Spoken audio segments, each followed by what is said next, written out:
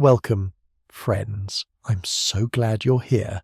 Whether you're drifting towards sleep, unwinding after a long day, or simply looking for a quiet companion, you've found the right place. Before we begin, I'd love to know where in the world are you listening from. Perhaps you're wrapped in a blanket, sitting by a softly lit window, or resting somewhere under an open sky. Wherever you are, I hope you're warm, comfortable, and ready to wander with me into the curious relationship between distant cosmic objects and our understanding of ourselves. If you find peace or curiosity in these gentle stories, please consider liking the video, subscribing to the channel, or sharing it with someone who might need a moment of wonder too. And to those who have already joined along, thank you. In the high desert of Chile, where the air thins to nearly nothing and stars burn with crystalline clarity, the Atacama Large Millimeter Array spreads its radio dishes across the plateau like a field of technological flowers. Each dish, precisely engineered and delicately balanced, tilts toward the same patch of darkness, collecting electromagnetic whispers from the deepest reaches of space.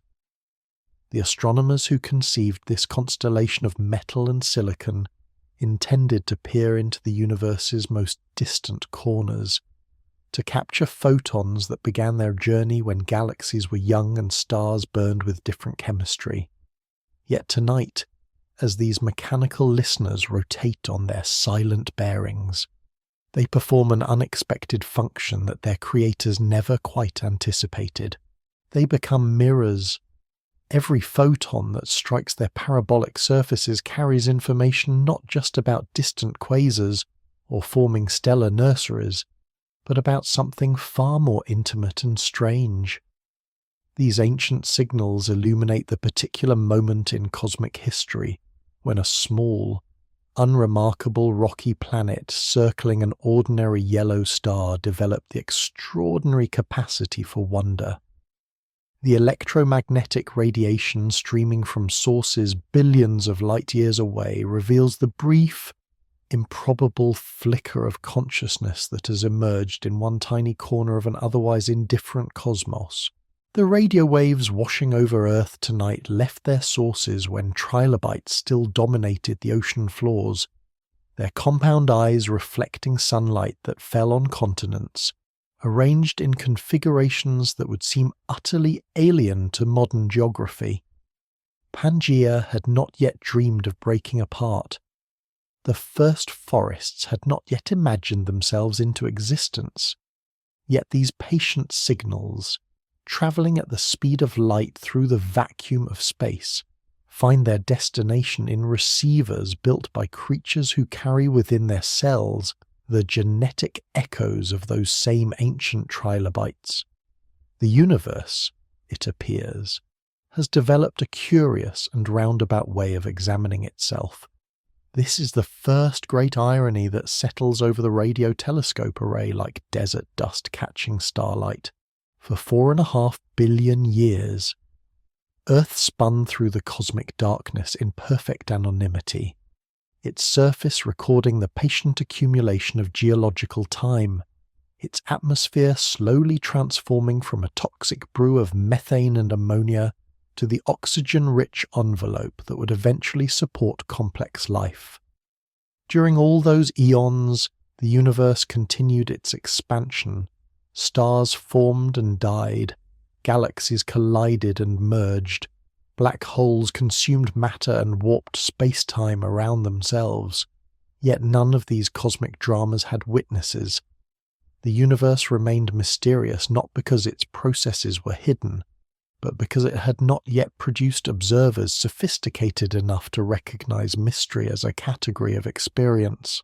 Each interstellar object becomes a question about ourselves, not because we project human characteristics onto distant worlds, though we sometimes do, but because our very ability to perceive, measure, and catalogue these objects reveals something profound about the nature of complexity in the cosmos. When astronomers aim spectrometers at the thin atmospheres of exoplanets, passing the absorption lines that reveal the presence of water vapor, methane, or oxygen. They discover not just the chemical composition of those distant worlds, but the remarkable fact that matter has organized itself in at least one known location into configurations capable of conducting such measurements. The deeper implications unfold slowly, like the expansion of a supernova's shock wave through the interstellar medium. We're not separate from the cosmos we study. We are the cosmos studying itself through instruments fashioned from elements forged in the nuclear furnaces of ancient stars, operated by brains constructed from carbon and oxygen and phosphorus scattered across space by stellar explosions that occurred billions of years before Earth's formation. Every observation we make is simultaneously an act of cosmic self-examination and a moment of the universe becoming conscious of its own vastness. Tonight, as radio telescopes trace their slow, deliberate arcs across the southern sky, they intercept signals from pulsars whose lighthouse beams have swept through empty space for millions of years. These neutron stars, remnants of massive stellar explosions, pack the mass of our sun into spheres no larger than cities, spinning with the precision of atomic clocks while generating magnetic fields trillions of times stronger than Earth's.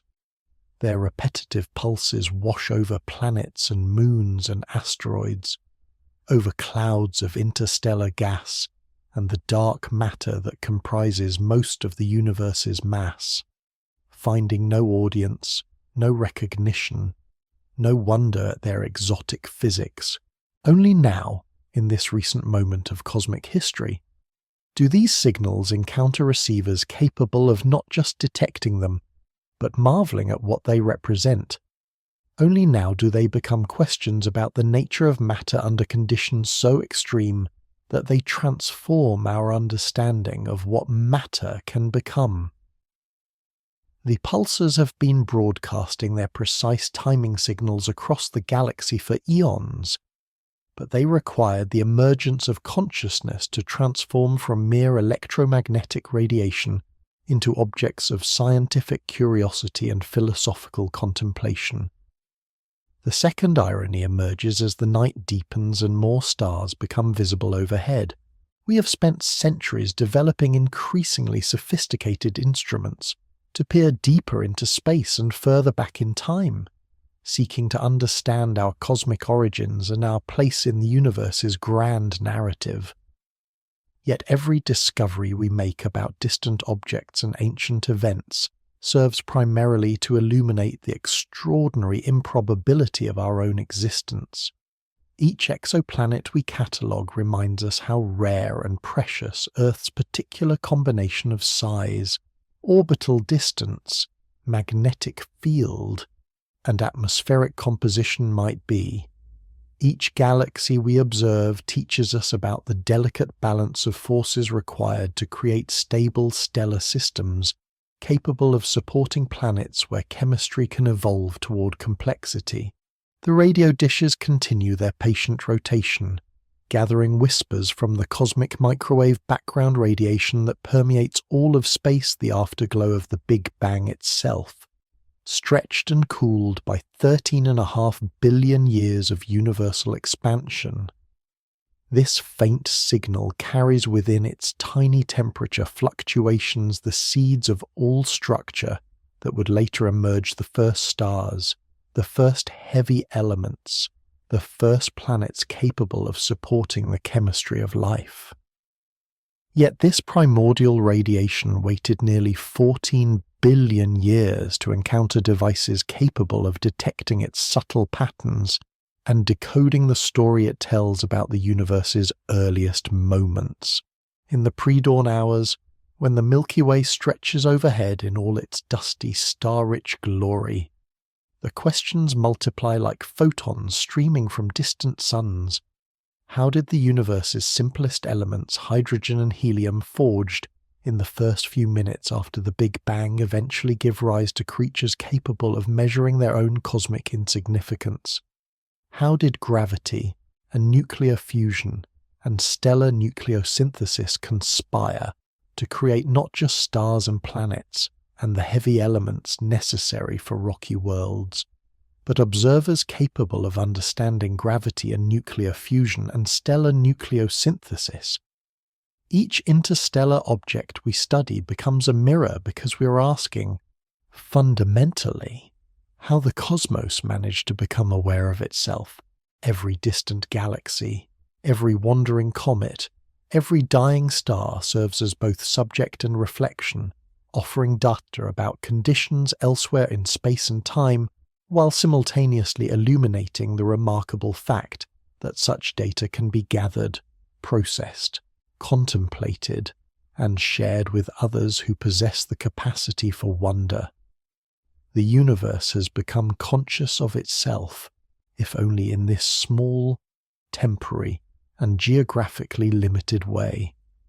The consciousness may be brief, a few 100,000 years, perhaps in a cosmos that has already existed for nearly 14 billion, but its very existence transforms every cosmic observation into a moment of profound self-recognition.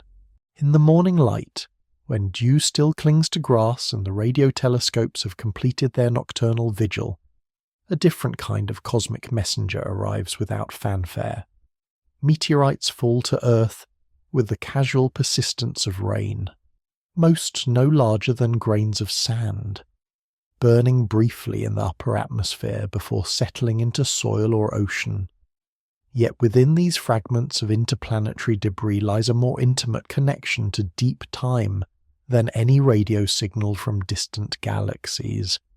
They are letters written in stone and metal, postmarked 4.5 billion years ago, carrying news from the solar system's violent birth. The meteorite that landed in a wheat field outside Murchison, Australia, on a September morning in 1969 appeared unremarkable to the farmers who found its scattered fragments among the grain stalks. Dark, roughly textured, no larger than a human head. It might have been mistaken for an unusually heavy rock dislodged by farm machinery. Only when scientists examined its internal structure did they realize they were holding a piece of the solar nebula itself, the primordial cloud of gas and dust from which the sun and planets condensed. The Murchison meteorite contains more than 70 different amino acids, the molecular building blocks of proteins, along with organic compounds that exist nowhere on Earth's surface. This cosmic postal service operates according to principles that would seem inefficient by human standards. The asteroids that occasionally shed fragments destined to become meteorites have been orbiting the Sun in the same general region for billions of years, following elliptical paths that intersect Earth's orbit with clockwork predictability yet random timing. Most of these space rocks originated in the asteroid belt between Mars and Jupiter, where they remained largely unchanged since the solar system's formation, preserved in the cosmic equivalent of a deep freeze. The irony of preservation reveals itself slowly, like sediment settling in still water. While Earth's surface has been continuously recycled by plate tectonics, weathering, and biological processes, erasing most traces of its earliest history, these wandering fragments have maintained their original composition with remarkable fidelity. They carry within their crystalline structures the chemical signatures of events that occurred when the solar system was still a swirling disk of superheated matter surrounding a newly ignited star. The oldest meteorites preserve isotopic ratios that reveal the presence of short-lived radioactive elements, the decay products of stellar nucleosynthesis in stars that exploded shortly before our sun's birth. Each meteorite that survives its fiery passage through Earth's atmosphere becomes a time capsule, but also a mystery wrapped in cosmic chemistry. The carbonaceous chondrites, like the Murchison specimen, contain water, not liquid, but bound within clay minerals that formed in the cold outer regions of the early solar system. This water carries within its molecular structure the isotopic signatures of ice that condense directly from the solar nebula. Scientists who study these samples hold in their hands evidence that water, the prerequisite for life as we understand it, was present from the very beginning of planetary formation. Yet the questions multiply faster than answers. If organic compounds and water were common in the early solar system, distributed throughout the asteroid belt and delivered to planetary surfaces by meteorite bombardment, why did life emerge on Earth and not, apparently, on Mars or Venus, which received similar deliveries of cosmic chemistry? The meteorites whisper of possibilities while remaining silent about actualities. They demonstrate that the raw materials for biology existed everywhere in the early solar system, but they cannot explain why those materials organized themselves into self-replicating systems in only one known location. The second mystery emerges from the meteorite's origins in the asteroid belt, that collection of rocky debris that orbits between Mars and Jupiter, like the remnants of a planet that never quite managed to form. Computer models suggest that Jupiter's immense gravitational influence prevented the asteroids from accreting into a single large body, instead keeping them in a perpetual state of collision and fragmentation. The asteroid belt represents, in effect, a museum of planetary formation, preserving examples of all the different types of material that might have contributed to rocky planet construction. Some meteorites, the iron varieties, represent the cores of small planets that did manage to form and differentiate before being disrupted by cosmic collisions. These metallic fragments, composed primarily of iron and nickel, reveal the internal structure that Earth's core might have possessed during its earliest phases of development. When scientists slice these specimens and polish their surfaces, they reveal crystalline patterns called Widmanstätten structures, geometric arrangements of metal crystals that form only under conditions of extremely slow cooling over millions of years. These patterns serve as fossilized records of thermal history, preserving information about temperatures and cooling rates in the cores of worlds that no longer exist. The third irony settles like cosmic dust on laboratory benches, where meteoriticists examine their samples under microscopes and mass spectrometers. The tools used to analyze these fragments of deep time are themselves constructed from elements that were once dispersed through space as cosmic debris, later accreted into planets, weathered into soil, mined from Earth's crust, and refined into the pure metals and synthetic compounds necessary for precision scientific instruments. The meteorites are being examined by devices made from their own cosmic siblings, elements that followed slightly different paths through the process of planetary formation. Modern analytical techniques can determine not just the chemical composition of meteorites, but also their exposure ages the length of time they spent travelling through space after being knocked loose from their parent bodies by asteroid collisions. Some fragments reveal exposure ages of millions of years, suggesting they wandered the inner solar system for geological ages before finally intersecting Earth's orbit. During their long journeys, they were bombarded by cosmic rays that altered their atomic structure in measurable ways, creating isotopic clocks that record their travel time through the vacuum of interplanetary space. The Allen Hills meteorite, discovered in Antarctica in 1984, carries within its igneous structure what may be the most provocative mystery of all. This particular fragment was blasted from the surface of Mars by an asteroid impact approximately 16 million years ago, spent the intervening eons drifting through space, and finally landed on Earth's southernmost continent, where it lay buried in ice until discovered by Antarctic researchers. When scientists examined its internal structure, they found what appeared to be fossilized microorganisms, tiny structures that resembled bacteria, along with chemical signatures associated with biological processes. The Mars meteorite raises questions that extend far beyond its own composition. If life existed on Mars 4 billion years ago, when that planet possessed a thicker atmosphere and liquid water on its surface, what happened to extinguish it? Did Martian organisms ever make the journey to Earth aboard meteorites like this one, seeding our planet with alien biochemistry, or did Earth life travel in the opposite direction, colonizing Mars during the early epochs when asteroid impacts were more frequent and more violent? Each meteorite that falls to Earth carries within its crystalline matrix the chemical autobiography of a small piece of the solar system, a record of temperatures and pressures and chemical reactions that occurred during the first few million years after the Sun's birth. Yet these fragments also serve as mirrors, reflecting back questions about Earth's own formation and the processes that transformed a collection of cosmic debris into a world capable of wondering about its origins. The meteorites are messengers from our own deep past, carrying news about the conditions that prevailed when Earth was young, when the distinction between planet and asteroid had not yet hardened into the categories we recognize today.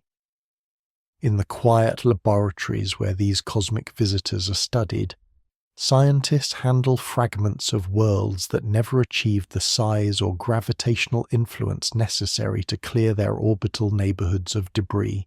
The meteorites represent roads not taken in planetary evolution, examples of what Earth might have become under slightly different gravitational circumstances. They are both foreign and familiar, composed of the same elements that make up Earth's interior, yet arranged in crystalline patterns that speak of different thermal histories, different sequences of heating and cooling, different trajectories through the chaos of early solar system formation.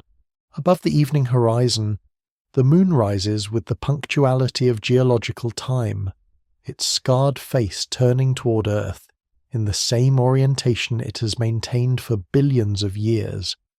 The familiar features that humans have mapped into seas and highlands, craters and mountain ranges, represent not just the topography of our nearest celestial neighbour, but a detailed record of violence that Earth has largely forgotten. Each crater, from the smallest pit to the vast impact basins visible to the naked eye, serves as a timestamp marking bombardments that also shaped our own world during its earliest, most chaotic epochs. The moon's borrowed light sunlight reflected from its ancient regolith illuminates a surface that has remained essentially unchanged for the past 3 billion years. Unlike Earth, with its active geology of plate tectonics, volcanic activity, and atmospheric weathering, the moon preserves its scars with the fidelity of a cosmic photograph. The lunar highlands, those bright regions that appear almost white in telescopic views, consist of an orthosite, a rock type formed when the moon's initial magma ocean cooled and crystallized approximately 4.5 billion years ago. This primordial crust, battered by countless impacts but never completely erased, offers a window into processes that occurred during the solar system's violent youth. The Maria, those dark patches that early astronomers mistook for seas, tell a different story of cosmic bombardment and internal heat. These vast plains of solidified basalt formed when massive asteroid impacts punctured the lunar crust, allowing molten rock from the interior to flow across the surface in floods that covered areas larger than Earth's continents.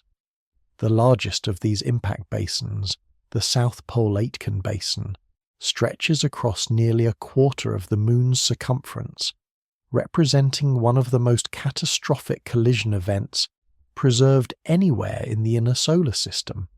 Yet the moon's relationship with Earth extends beyond its role as a passive recorder of ancient impacts. Current scientific consensus suggests that the Moon itself formed from debris created during a collision between the early Earth and a Mars-sized object called Theia, approximately 4.5 billion years ago. This impact theory, supported by analyses of lunar rock samples returned by the Apollo missions, proposes that the collision vaporized portions of both bodies, creating a disk of superheated material that eventually coalesced into our satellite. The isotopic evidence for this origin story resides in the remarkable similarity between Earth and lunar rocks, a similarity that extends to elements that would not be expected to match if the Moon had formed elsewhere and been captured by Earth's gravity. The oxygen isotope ratios in lunar samples are virtually identical to those found in Earth rocks, suggesting that both bodies form from the same reservoir of material. Yet this similarity creates its own mystery. Computer simulations of the proposed impact suggest that the Moon should be composed primarily of material from Theia, the impacting body, rather than from the proto-Earth. The Moon's influence on Earth extends far beyond the romantic notion of tidal forces and monthly cycles. The gravitational interaction between Earth and Moon has been gradually slowing Earth's rotation, while simultaneously causing the Moon to spiral slowly outward, away from our planet. Fossil evidence from ancient tidal deposits suggests that approximately 2 billion years ago, Earth's day lasted only about 18 hours, while the Moon orbited much closer to our planet, appearing significantly larger in the sky. This cosmic choreography reveals one of the solar system's more poignant ironies. The Moon, born from Earth's most violent encounter with another world, has spent the subsequent 4.5 billion years slowly moving away from its parent planet. The tidal bulges that the Moon raises in Earth's oceans transfer angular momentum from our planet's rotation to the Moon's orbital motion, causing our satellite to recede at a rate of approximately 4 centimeters per year, roughly the same rate at which human fingernails grow. The Apollo lunar samples, collected during humanity's brief visits to the Moon between 1969 and 1972, continue to yield scientific insights decades after their return to Earth. These carefully preserved fragments of lunar regolith and bedrock contain within their crystalline structures a record not just of the Moon's geological history, but of the solar wind that has been streaming from the Sun for billions of years. The lunar soil, lacking the protection of an atmosphere or magnetic field, has been directly exposed to solar particles that embed themselves in mineral grains, creating a detailed archive of solar activity extending back through geological time. Some lunar samples reveal the presence of impact glass material that was melted and rapidly cooled during asteroid collisions. Within these glass spherules, scientists have discovered tiny fragments of the impacting asteroids themselves, preserved like insects in amber. These microscopic inclusions provide direct samples of the asteroid population that bombarded the inner solar system during the period known as the Late Heavy Bombardment, approximately 4 billion years ago. The mystery of the Late Heavy Bombardment emerges from the clustering of impact ages determined from lunar samples. Rather than showing a steady decrease in bombardment rate since the solar system's formation, the lunar rocks suggest a spike in asteroid impacts that occurred several 100 million years after the planets had supposedly finished forming. This delayed surge of cosmic violence may have been triggered by gravitational instabilities among the giant planets, particularly a migration of Jupiter and Saturn that scattered asteroids throughout the inner solar system. If this interpretation is correct, the Moon's cratered surface preserves evidence of a cosmic reshuffling that affected all the terrestrial planets. Earth would have experienced the same bombardment, but our planet's active geology has erased most traces of these ancient impacts. Only the Moon, with its dead geology and lack of atmosphere, maintains a readable record of this pivotal period in solar system evolution. The lunar samples also contain a subtler mystery related to the presence of water. For decades after the Apollo missions, scientists assumed that the Moon was essentially dry, its formation temperature too high to preserve volatile compounds.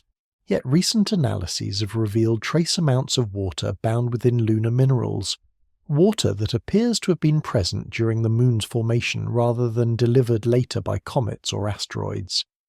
This indigenous lunar water challenges models of how the Moon formed and raises questions about the thermal conditions that prevailed during the hypothetical giant impact. Standing beneath the Moon's gentle light, observing its phases as they cycle through the familiar progression, from new to full and back again, we witness the steady rotation of a world that has been tidally locked to Earth for most of its history. This synchronous rotation, which ensures that the same hemisphere always faces Earth, results from the same tidal forces that are gradually slowing our planet's spin. The far side of the Moon, permanently hidden from Earth-based observers until revealed by spacecraft photography, shows a markedly different character, more heavily cratered, with fewer of the dark mare regions that characterize the near side. This asymmetry between the Moon's hemispheres represents another puzzle in our satellite's complex history. The thicker crust on the far side may have prevented the massive lava flows that created the Maria on the near side, or the gravitational influence of Earth may have preferentially directed impact debris toward the far hemisphere. The Moon's face, which appears so familiar and unchanging from Earth's surface, conceals a more complex geological story that continues to influence our understanding of planetary formation processes. The Moon serves as both mirror and memory, reflecting sunlight back to Earth, while preserving in its ancient surface the record of processes that shaped all the terrestrial planets. Its craters speak of a time when the distinction between planet and projectile remained fluid, when massive impacts could reshape entire worlds. Yet the Moon also reminds us that even the most violent cosmic events can give rise to beauty, the silver light that has inspired human culture for millennia, the tidal rhythms that may have influenced the evolution of life, the gravitational partnership that stabilizes Earth's axial tilt and moderates our planet's climate. Each time the Moon rises, it carries with it 4.5 billion years of cosmic history, written in stone and preserved in vacuum. It is both utterly alien, a world without air or water or life, and intimately connected to Earth's own story. The Moon's borrowed light illuminates not just the terrestrial landscape, but the deep connections that link all objects in the solar system, the shared history of formation and bombardment and gravitational evolution that continues to shape the architecture of our cosmic neighborhood. Between Mars and Jupiter, in the gravitational no-man's land where a planet might have formed under different circumstances, hundreds of thousands of asteroids drift in their ancient orbits, like the scattered pieces of a cosmic puzzle that never quite came together. These leftover fragments of planetary formation follow elliptical paths around the Sun, with the patience of geological time, some tumbling slowly end over end, others spinning rapidly enough to complete rotations in mere hours. They are the solar system's attic, preserving in their rocky hearts the original materials from which all terrestrial worlds were built, yet never achieving the gravitational mass necessary to sweep their orbital neighborhood clean of debris. The largest of these wanderers, Ceres, measures nearly 1,000 kilometers in diameter, large enough to have achieved a roughly spherical shape under its own gravity, yet small enough that its weak gravitational field could never capture the smaller asteroids that share its region of space. Ceres represents what planetary scientists call a failed planet, a world that began the process of accretion but never accumulated sufficient mass to dominate its orbital zone.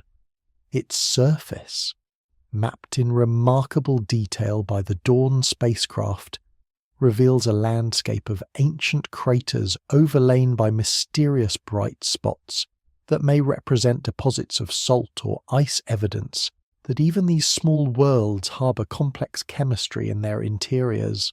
The asteroid belt contains representatives of nearly every type of material that contributed to rocky planet formation. The S-type asteroids, composed primarily of silicate minerals and metallic iron, resemble the building blocks from which Earth's mantle and core were assembled. The C-type asteroids, darker and more carbon-rich, carry within their primitive compositions the organic compounds and water-bearing minerals that may have seeded Earth's early atmosphere and oceans. The M-type asteroids appear to be the exposed metallic cores of small planets that formed and differentiated before being disrupted by catastrophic collisions, their rocky mantles stripped away to reveal the iron-nickel alloys that once comprised their centres. This diversity of asteroid types tells the story of a region where planetary formation began but never reached completion. Computer simulations suggest that Jupiter's immense gravitational influence prevented the asteroid belt material from accreting into a single large planet, instead stirring the region into a state of perpetual collision and fragmentation.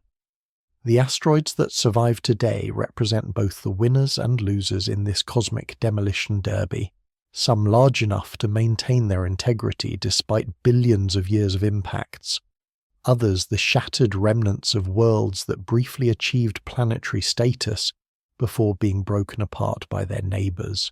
This spacing of asteroid orbits reveals the subtle hand of gravitational resonances, invisible forces that have shaped the distribution of matter throughout the solar system.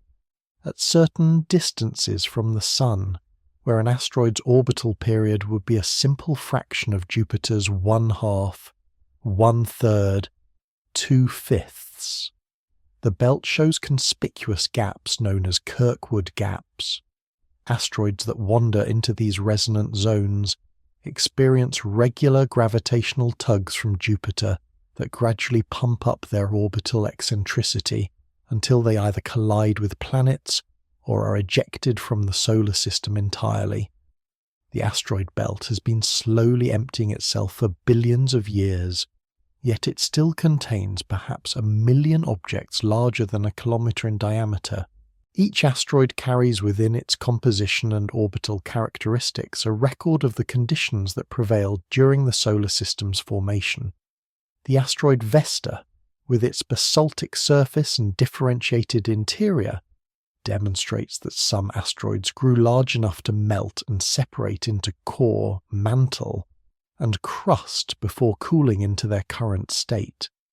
Meteorites identified as fragments of Vesta's surface provide direct samples of this process, revealing that planetary differentiation could occur in bodies much smaller than the terrestrial planets. Vesta's surface shows the scars of massive impacts that excavated enormous craters, one so large that it nearly shattered the entire asteroid. The mystery of asteroid composition extends beyond simple chemistry to questions of thermal evolution and internal structure. Some asteroids appear to be loose collections of rubble, held together by their own weak gravity rather than the structural integrity of solid rock. These rubble pile asteroids may represent the reassembled debris from catastrophic collisions, fragments that settled back together under mutual gravitational attraction but never fully consolidated into solid bodies. When spacecraft visit these objects, they often discover landscapes of boulders and loose regolith that would behave very differently from solid rocky surfaces. The asteroid Bennu, recently visited by NASA's OSIRIS-REx mission, exemplifies the surprises these objects can contain. Despite its small size, roughly the width of 5 city blocks, Bennu displays active geology in the form of particle ejection events, mysterious eruptions that launch dust and small rocks from its surface into temporary orbit around the asteroid. The mechanism driving these events remains unclear, but they demonstrate that even the smallest worlds can harbour dynamic processes that continue to reshape their surfaces over time. Some asteroids follow orbital paths that bring them dangerously close to Earth, classified as potentially hazardous objects that could pose collision risks over astronomical timescales. These near-Earth asteroids represent refugees from the main belt, objects that were gravitationally perturbed into eccentric orbits that cross the paths of the terrestrial planets. Their surfaces, sandblasted by eons of exposure to solar radiation and micrometeorite impacts, preserve records of space weathering processes that gradually alter the optical properties of airless bodies throughout the solar system.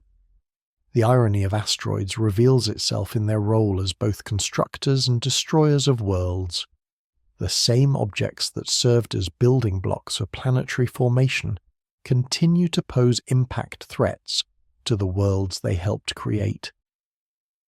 The asteroid that ended the reign of dinosaurs 66 million years ago was likely a refugee from the asteroid belt, gravitationally nudged into an Earth-crossing orbit by the same resonance effects that continue to empty certain regions of the belt today. Yet asteroids also represent potential resources for future space exploration, containing water ice, rare metals, and other materials that could support human activities beyond Earth's gravitational well. The temporal perspective of asteroids spans the entire history of the solar system, from their initial condensation out of the solar nebula to their ongoing evolution under the influence of gravitational perturbations, collisions, and solar radiation. Some maintain orbits that have remained essentially stable for billions of years, while others follow chaotic trajectories that will eventually lead to their destruction through planetary impact or ejection from the solar system. The asteroid belt serves as both museum and active laboratory, preserving examples of primordial solar system materials while continuing to evolve under the influence of celestial mechanics. Modern asteroid surveys have catalogued hundreds of thousands of these objects, revealing a population far more diverse and numerous than early astronomers imagined. Each newly discovered asteroid adds another data point to our understanding of solar system formation, another example of how matter behaved under the specific conditions that prevailed 4.5 billion years ago. The asteroids drift between what was and what is, carrying in their varied compositions and orbital characteristics the chemical and dynamical signatures of processes that transformed a disk of gas and dust into the planetary system we observe today. In the spaces between these wandering worlds, the vacuum of the asteroid belt preserves the original architecture of solar system formation. The gaps and concentrations, the size distributions and compositional gradients, all reflect the interplay of gravitational forces and chemical processes that operated during the solar system's youth. The asteroids themselves serve as both subjects of study and mirrors of our own planetary origins, reminders that Earth's current status as a vibrant, life-bearing world represents just one possible outcome from the cosmic lottery of planetary formation. The silence of the asteroid belt, broken only by the occasional collision between tumbling worlds, speaks to the contingent nature of planetary evolution. Under slightly different initial conditions, a smaller Jupiter, a different distribution of primordial materials, alternative sequences of gravitational encounters, the asteroid belt might have become another terrestrial planet, while Earth might have remained a collection of competing fragments, forever unable to achieve the gravitational dominance necessary to clear its orbital neighbourhood and claim the title of planet from the cold outer reaches of the solar system Beyond the orbit of Neptune, where sunlight grows thin and temperatures hover near absolute zero, comets begin their long journeys toward the inner planets with the inevitability of gravitational mechanics and the unpredictability of cosmic chance.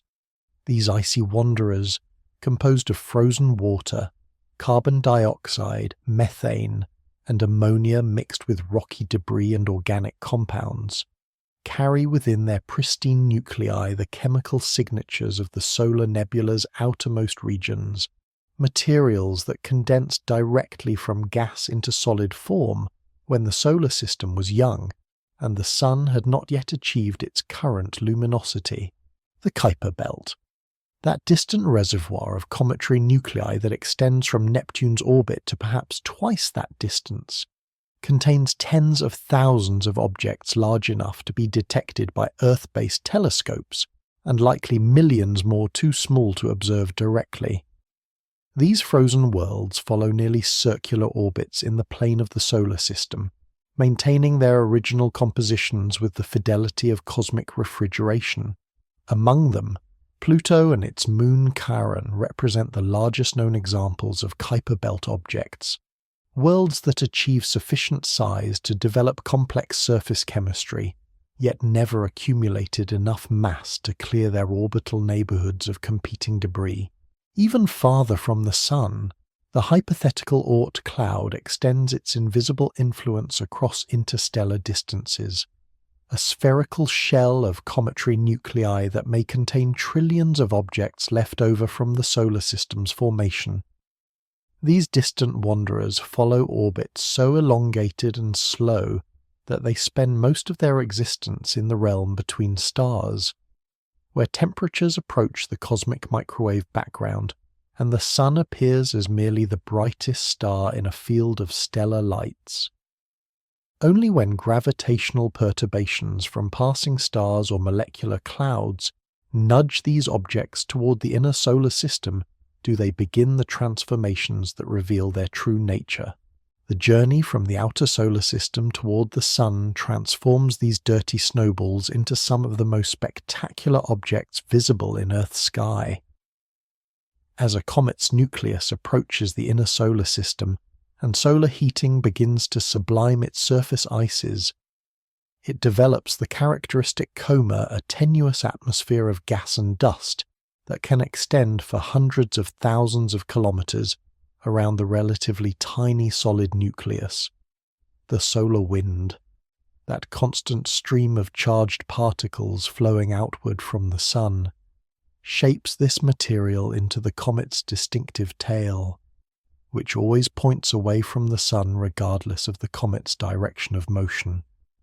The chemistry of cometary sublimation reveals the complex molecular inventory that exists in the outer solar system's deep freeze.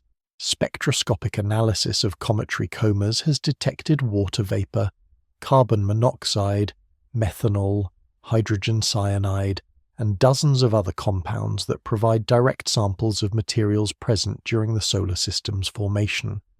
Some comets contain amino acids and other organic molecules that serve as precursors to biological chemistry, suggesting that these wandering repositories of primordial materials may have played crucial roles in delivering the building blocks of life to the inner planets during the solar system's chaotic early epochs.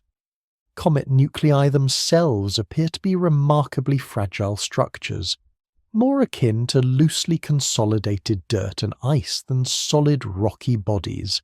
When the Deep Impact spacecraft deliberately collided with Comet Tempel 1 in 2005, the impact excavated a crater much larger than expected, suggesting that the nucleus possessed the consistency of fresh powder snow rather than solid ice.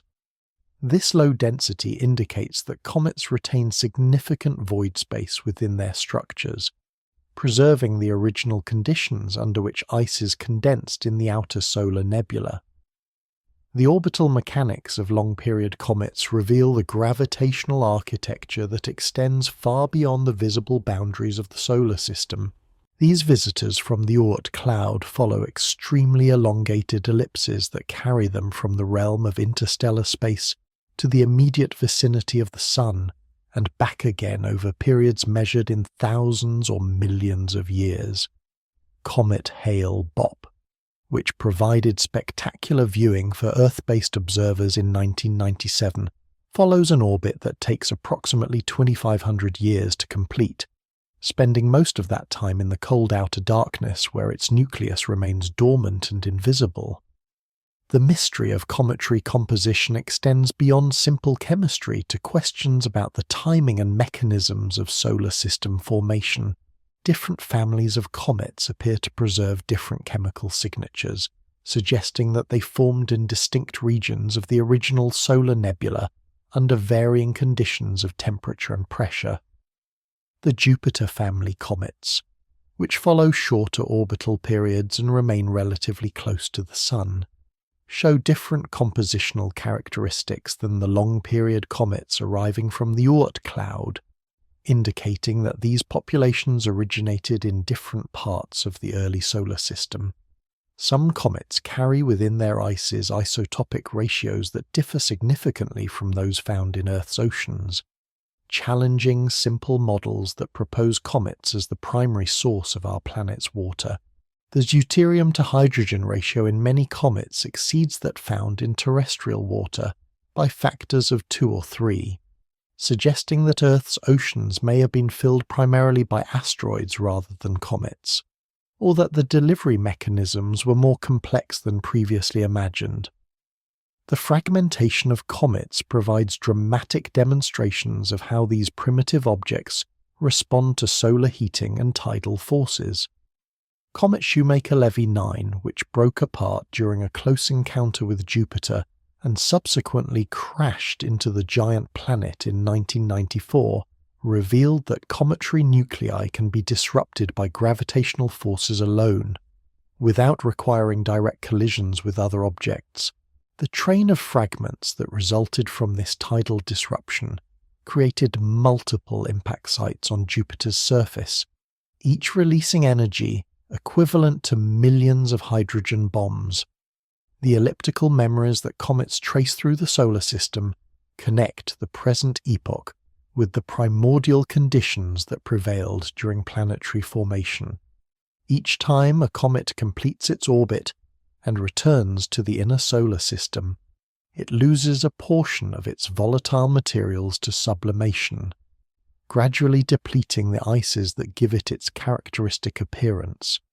Most comets can survive only a few hundred passages near the Sun before exhausting their supply of sublimatable materials, leaving behind dark, rocky cores that become virtually indistinguishable from asteroids. This evolutionary sequence reveals one of the subtle ironies embedded in solar system dynamics. The most spectacular celestial objects are also among the most ephemeral. The brilliant comets that have inspired human imagination throughout recorded history represent dying objects, slowly consuming themselves through their interactions with solar radiation. Their beauty emerges from their destruction, their tails and comas forming only as their primordial ices are stripped away and dispersed into the vacuum of interplanetary space. The temporal perspective of comets spans the entire age of the solar system, from their original condensation in the outer reaches of the solar nebula to their ongoing depletion through repeated solar encounters. They serve as both time capsules and active participants in solar system evolution, preserving samples of primordial materials while continuously redistributing those materials throughout the inner planet's region of space. The organic compounds and water they deliver during impact events may have provided crucial ingredients for the development of life on Earth and potentially other worlds. Modern space missions to comets have revealed surface features that speak to the complex interplay between solar heating, structural integrity, and internal composition. The European Space Agency's Rosetta mission, which accompanied Comet 67P Churyumov-Gerasimenko during its approach to the Sun, documented the formation of jets and outgassing events that reshape the comet's surface with each orbital passage. These observations revealed that cometary nuclei are far from uniform, displaying regional variations in composition and activity that reflect the complex processes occurring during their formation in the outer solar nebula. The dust that comets leave behind in their orbital paths creates the meteor showers that grace Earth's night sky at predictable times each year. These particles, no larger than grains of sand, burn up in Earth's upper atmosphere to create brief streaks of light that connect terrestrial observers directly with materials from the outer solar system. Each meteor represents a tiny fragment of primordial ice and dust, a microscopic sample of the conditions that prevailed when the solar system was young and the planets were still forming from the gravitational collapse of the solar nebula. The comets drift through their elliptical memories with the persistence of celestial mechanics, carrying within their frozen nuclei the chemical heritage of stellar death and rebirth that preceded our solar system's formation. They are messengers from both the recent and distant past, preserving materials from the solar nebula while delivering to the inner planets the volatile compounds that may have been essential for the emergence of life across the void of interplanetary space. Mars turns on its axis with the familiar rhythm of a 24-hour day, its rust-coloured surface recording in stone and sediment the story of a world that once knew the sound of flowing water. The red planet's dry channels stretch across ancient highlands like fossilized rivers, their branching patterns carved by floods that coursed across the Martian landscape billions of years ago, when the planet possessed a thicker atmosphere and surface temperatures warm enough to sustain liquid water for extended periods. These paleo-channels wind through crater-scarred terrain with the sinuous geometry of terrestrial waterways, yet they flow now only with the thin carbon dioxide breeze that passes for wind in Mars's tenuous atmosphere. The mineral signatures embedded in Martian rocks tell of a time when the planet's surface chemistry resembled that of early Earth, when liquid water interacted with volcanic rocks to produce clay minerals, sulfates, and other hydrated compounds that require sustained aqueous environments to form. The Mars rovers, those robotic geologists that have traversed the planet's surface for decades, have discovered evidence of ancient lake beds, river deltas, and perhaps even temporary seas that existed during Mars's youth. The sedimentary layers they have examined preserve in their stratified structure a record of environmental conditions that persisted for millions of years, far longer than brief episodes of impact-generated melting or volcanic activity.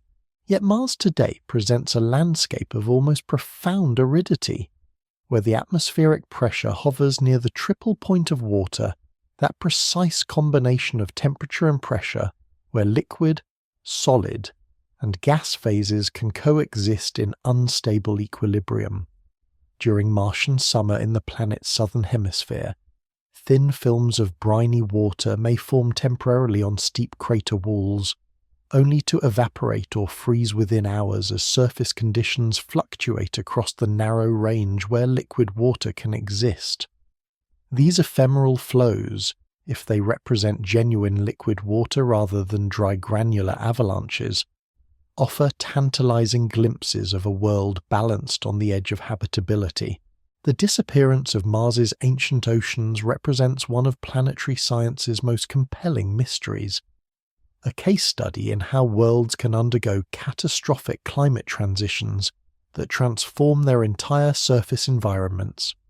Current models suggest that Mars lost its substantial early atmosphere through a combination of processes: solar wind erosion that stripped away atmospheric particles after the planet's magnetic field weakened, impact erosion during the late heavy bombardment that blasted atmosphere into space, and perhaps the gradual sequestration of carbon dioxide into carbonate minerals that removed greenhouse gases from the atmospheric system. The timing of Mars's climate transition appears to coincide with fundamental changes in the planet's internal dynamics. Unlike Earth, which maintains its magnetic field through the convective motion of molten iron in its outer core, Mars appears to have lost its global magnetic field approximately 4 billion years ago, when its interior cooled sufficiently to halt the dynamo process. Without magnetic protection, the Martian atmosphere became vulnerable to erosion by solar wind particles that could penetrate directly to the upper atmosphere and strip away atmospheric molecules through a process called atmospheric sputtering. Mars's smaller size contributed to its inability to retain a substantial atmosphere over geological time. With only 11% of Earth's mass, Mars possesses insufficient gravitational field strength to hold on to light atmospheric gases as effectively as larger planets.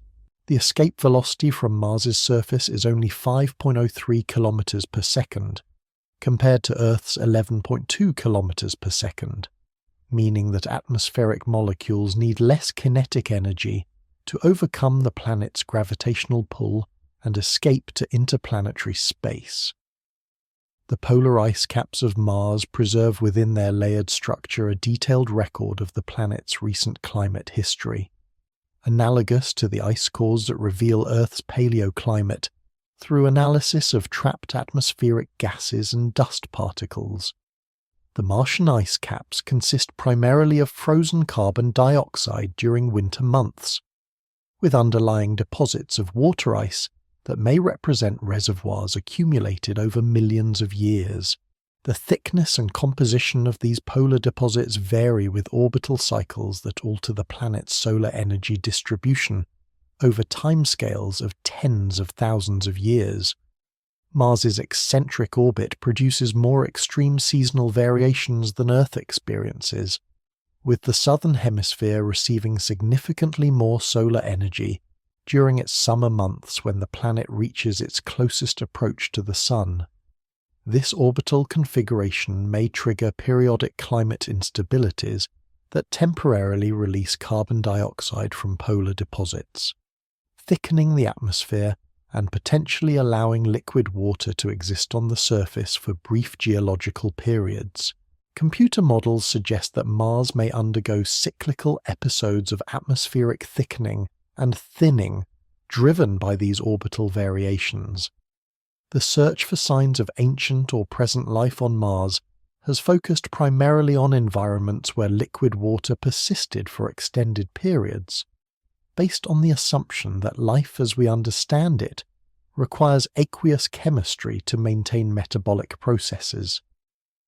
The discovery of complex organic molecules in Martian sediments, including compounds that could serve as building blocks for biological systems, suggests that the planet possessed the chemical prerequisites for life during its early epochs.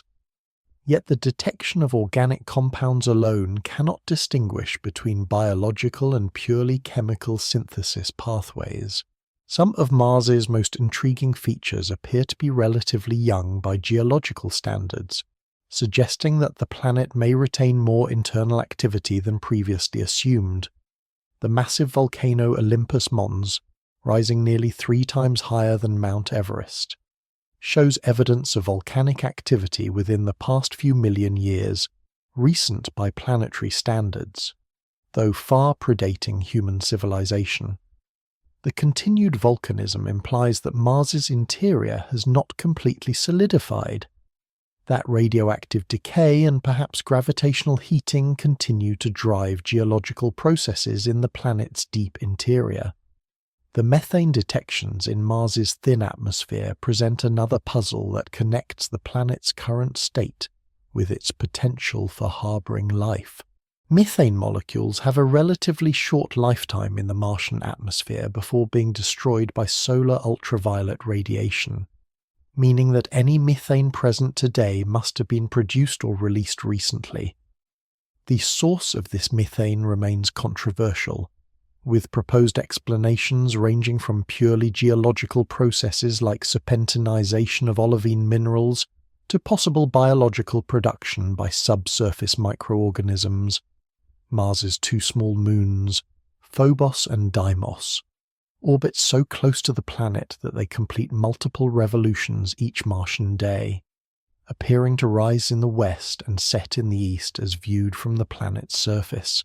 These irregularly shaped objects, likely captured asteroids rather than moons formed in place, will eventually be disrupted by tidal forces as they spiral gradually inward toward the Martian surface.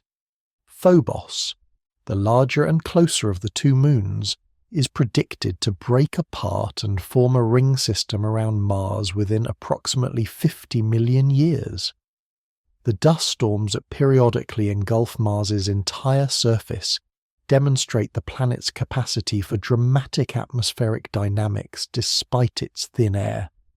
These global dust events, which can persist for months and completely obscure surface features from orbital observation, transport fine particles across vast distances and redistribute surface materials between the planet's hemispheres. The dust itself consists primarily of iron oxide minerals that give Mars its characteristic red coloration, along with silicate particles eroded from ancient volcanic rocks. The robotic exploration of Mars has revealed a world caught between past and present, preserving evidence of ancient habitability while displaying signs of ongoing geological and atmospheric processes that continue to shape its surface environment. Each rover track pressed into Martian soil, each drill hole bored into sedimentary rock, each chemical analysis of surface minerals adds new details to our understanding of how planets can transition between different climate states over geological time. The red planet serves as both mirror and cautionary tale, reflecting back questions about Earth's own climate stability, while demonstrating how worlds can lose their capacity to sustain liquid water on their surfaces. Mars whispers of vanished oceans through the geometry of its ancient shorelines, through the chemistry of its hydrated minerals, through the morphology of its dry river channels that once carried water towards seas that no longer exist. Its current state reminds us that planetary habitability represents a delicate balance of atmospheric composition, magnetic field strength, orbital characteristics, and internal heat sources that can be disrupted by changes in any of these interconnected systems. The silence of Mars's empty riverbed speaks to the contingent nature of planetary evolution. The narrow range of conditions required to maintain surface water over geological time, in its frozen polar caps and desiccated equatorial regions, Mars preserves the archaeological evidence of climate change on a planetary scale, a transformation that occurred gradually over hundreds of millions of years, yet ultimately proved irreversible under the specific conditions that govern small, magnetically inactive worlds orbiting at Mars's distance from the Sun, beneath the icy shells of Jupiter's major moons, hidden from direct observation by kilometers of frozen water that glitter like polished stone in the giant planet's reflected light. Vast oceans flow in permanent darkness, warmed not by solar radiation, but by the relentless kneading of gravitational forces that flex these worlds' interiors with tidal rhythms measured in days rather than hours. Europa, Ganymede, Callisto, and Enceladus around Saturn harbour more liquid water than exists in all of Earth's oceans combined. Yet this water has never seen sunlight, never felt the direct touch of stellar energy, never participated in the familiar cycles of evaporation and precipitation that define terrestrial hydrology. Europa's smooth, bright surface reveals itself under telescopic examination as a vast plain of water ice, crisscrossed by dark lineae that stretch for thousands of kilometers in patterns that suggest the ice shell has been repeatedly fractured and reformed. These linear features appear young by geological standards, with few visible impact craters to mark the passage of time, indicating that Europa's surface undergoes continuous renewal through some form of geological activity. The leading hypothesis proposes that tidal heating from Jupiter's immense gravitational field keeps Europa's subsurface ocean liquid, while also driving convective processes that crack the overlying ice shell and allow fresh material to emerge from below. The thickness of Europa's ice shell remains one of the most critical unknowns for understanding this moon's potential habitability. Estimates range from a few kilometers to several tens of kilometers, with profound implications for the exchange of materials between the surface and the underlying ocean. A thin ice shell would allow relatively easy communication between the ocean and the surface environment, potentially permitting chemical energy sources to reach subsurface life, while also allowing any biological signatures to be preserved in the accessible ice layer. A thick shell would effectively isolate the ocean from space, creating a sealed environment that might support life but would make detection from orbital missions extremely challenging. The chemical composition of Europa's subsurface ocean likely differs dramatically from Earth's seawater, shaped by interactions between liquid water and the Moon's rocky interior rather than by atmospheric processes and surface weathering. As Jupiter's gravitational field flexes Europa's interior, the resulting friction generates heat that not only maintains liquid water, but also drives hydrothermal activity at the ocean floor. This process could create chemical environments similar to Earth's deep-sea hydrothermal vents, where chemosynthetic organisms derive energy from chemical reactions rather than sunlight, supporting ecosystems entirely independent of photosynthesis. Ganymede, the largest moon in the solar system, possesses its own magnetic field generated by a liquid iron core, making it the only satellite known to maintain an active magnetic dynamo. This magnetic field interacts with Jupiter's much stronger magnetosphere in ways that provide indirect evidence for Ganymede's subsurface ocean. When the Hubble Space Telescope observed auroral phenomena in Ganymede's thin atmosphere, the patterns of these light displays revealed the presence of a conducting layer within the Moon's interior, most likely a salty ocean that can carry electrical currents. The discovery of subsurface oceans throughout the outer solar system has fundamentally expanded our definition of potentially habitable environments beyond the traditional concept of the habitable zone, that narrow band around stars where liquid water can exist on planetary surfaces. These ice-covered ocean worlds demonstrate that habitability may be more common than previously imagined, requiring only sufficient tidal heating to maintain liquid water and a rocky interior to provide chemical nutrients. Such conditions could exist around any sufficiently massive planet, regardless of that planet's distance from its host star, Enceladus. Saturn's small, bright moon provides the most direct evidence for the dynamic nature of subsurface oceans through its spectacular plumes of water vapor and ice particles that erupt from fractures near its south pole. The Cassini spacecraft flew through these plumes repeatedly, directly sampling their chemical composition and discovering not only water vapor, but also organic compounds, molecular hydrogen, and silicate dust particles that appear to originate from hydrothermal activity on the ocean floor. These geysers create one of the most remarkable sights in the solar system, fountains of liquid water erupting from an ice world into the vacuum of space. The presence of molecular hydrogen in Enceladus's plumes represents particularly compelling evidence for ongoing hydrothermal activity. Since hydrogen gas is produced when liquid water interacts with certain types of rock at high temperatures, a process called serpentinization that also occurs at Earth's deep-sea hydrothermal vents. This chemical signature suggests that Enceladus's ocean floor hosts active geological processes that could provide energy sources for potential life forms, creating chemical disequilibria that organisms might exploit for metabolic processes. The mystery of how these small ice moons maintain liquid oceans over geological time involves complex interactions between orbital mechanics, tidal heating, and thermal evolution. The gravitational resonances that link the orbital periods of Jupiter's major moons Europa and Ganymede create a configuration where the moons repeatedly align in ways that pump eccentricity into their orbits. This orbital eccentricity produces the varying gravitational forces that flex the moon's interiors, generating the heat necessary to prevent their oceans from freezing solid.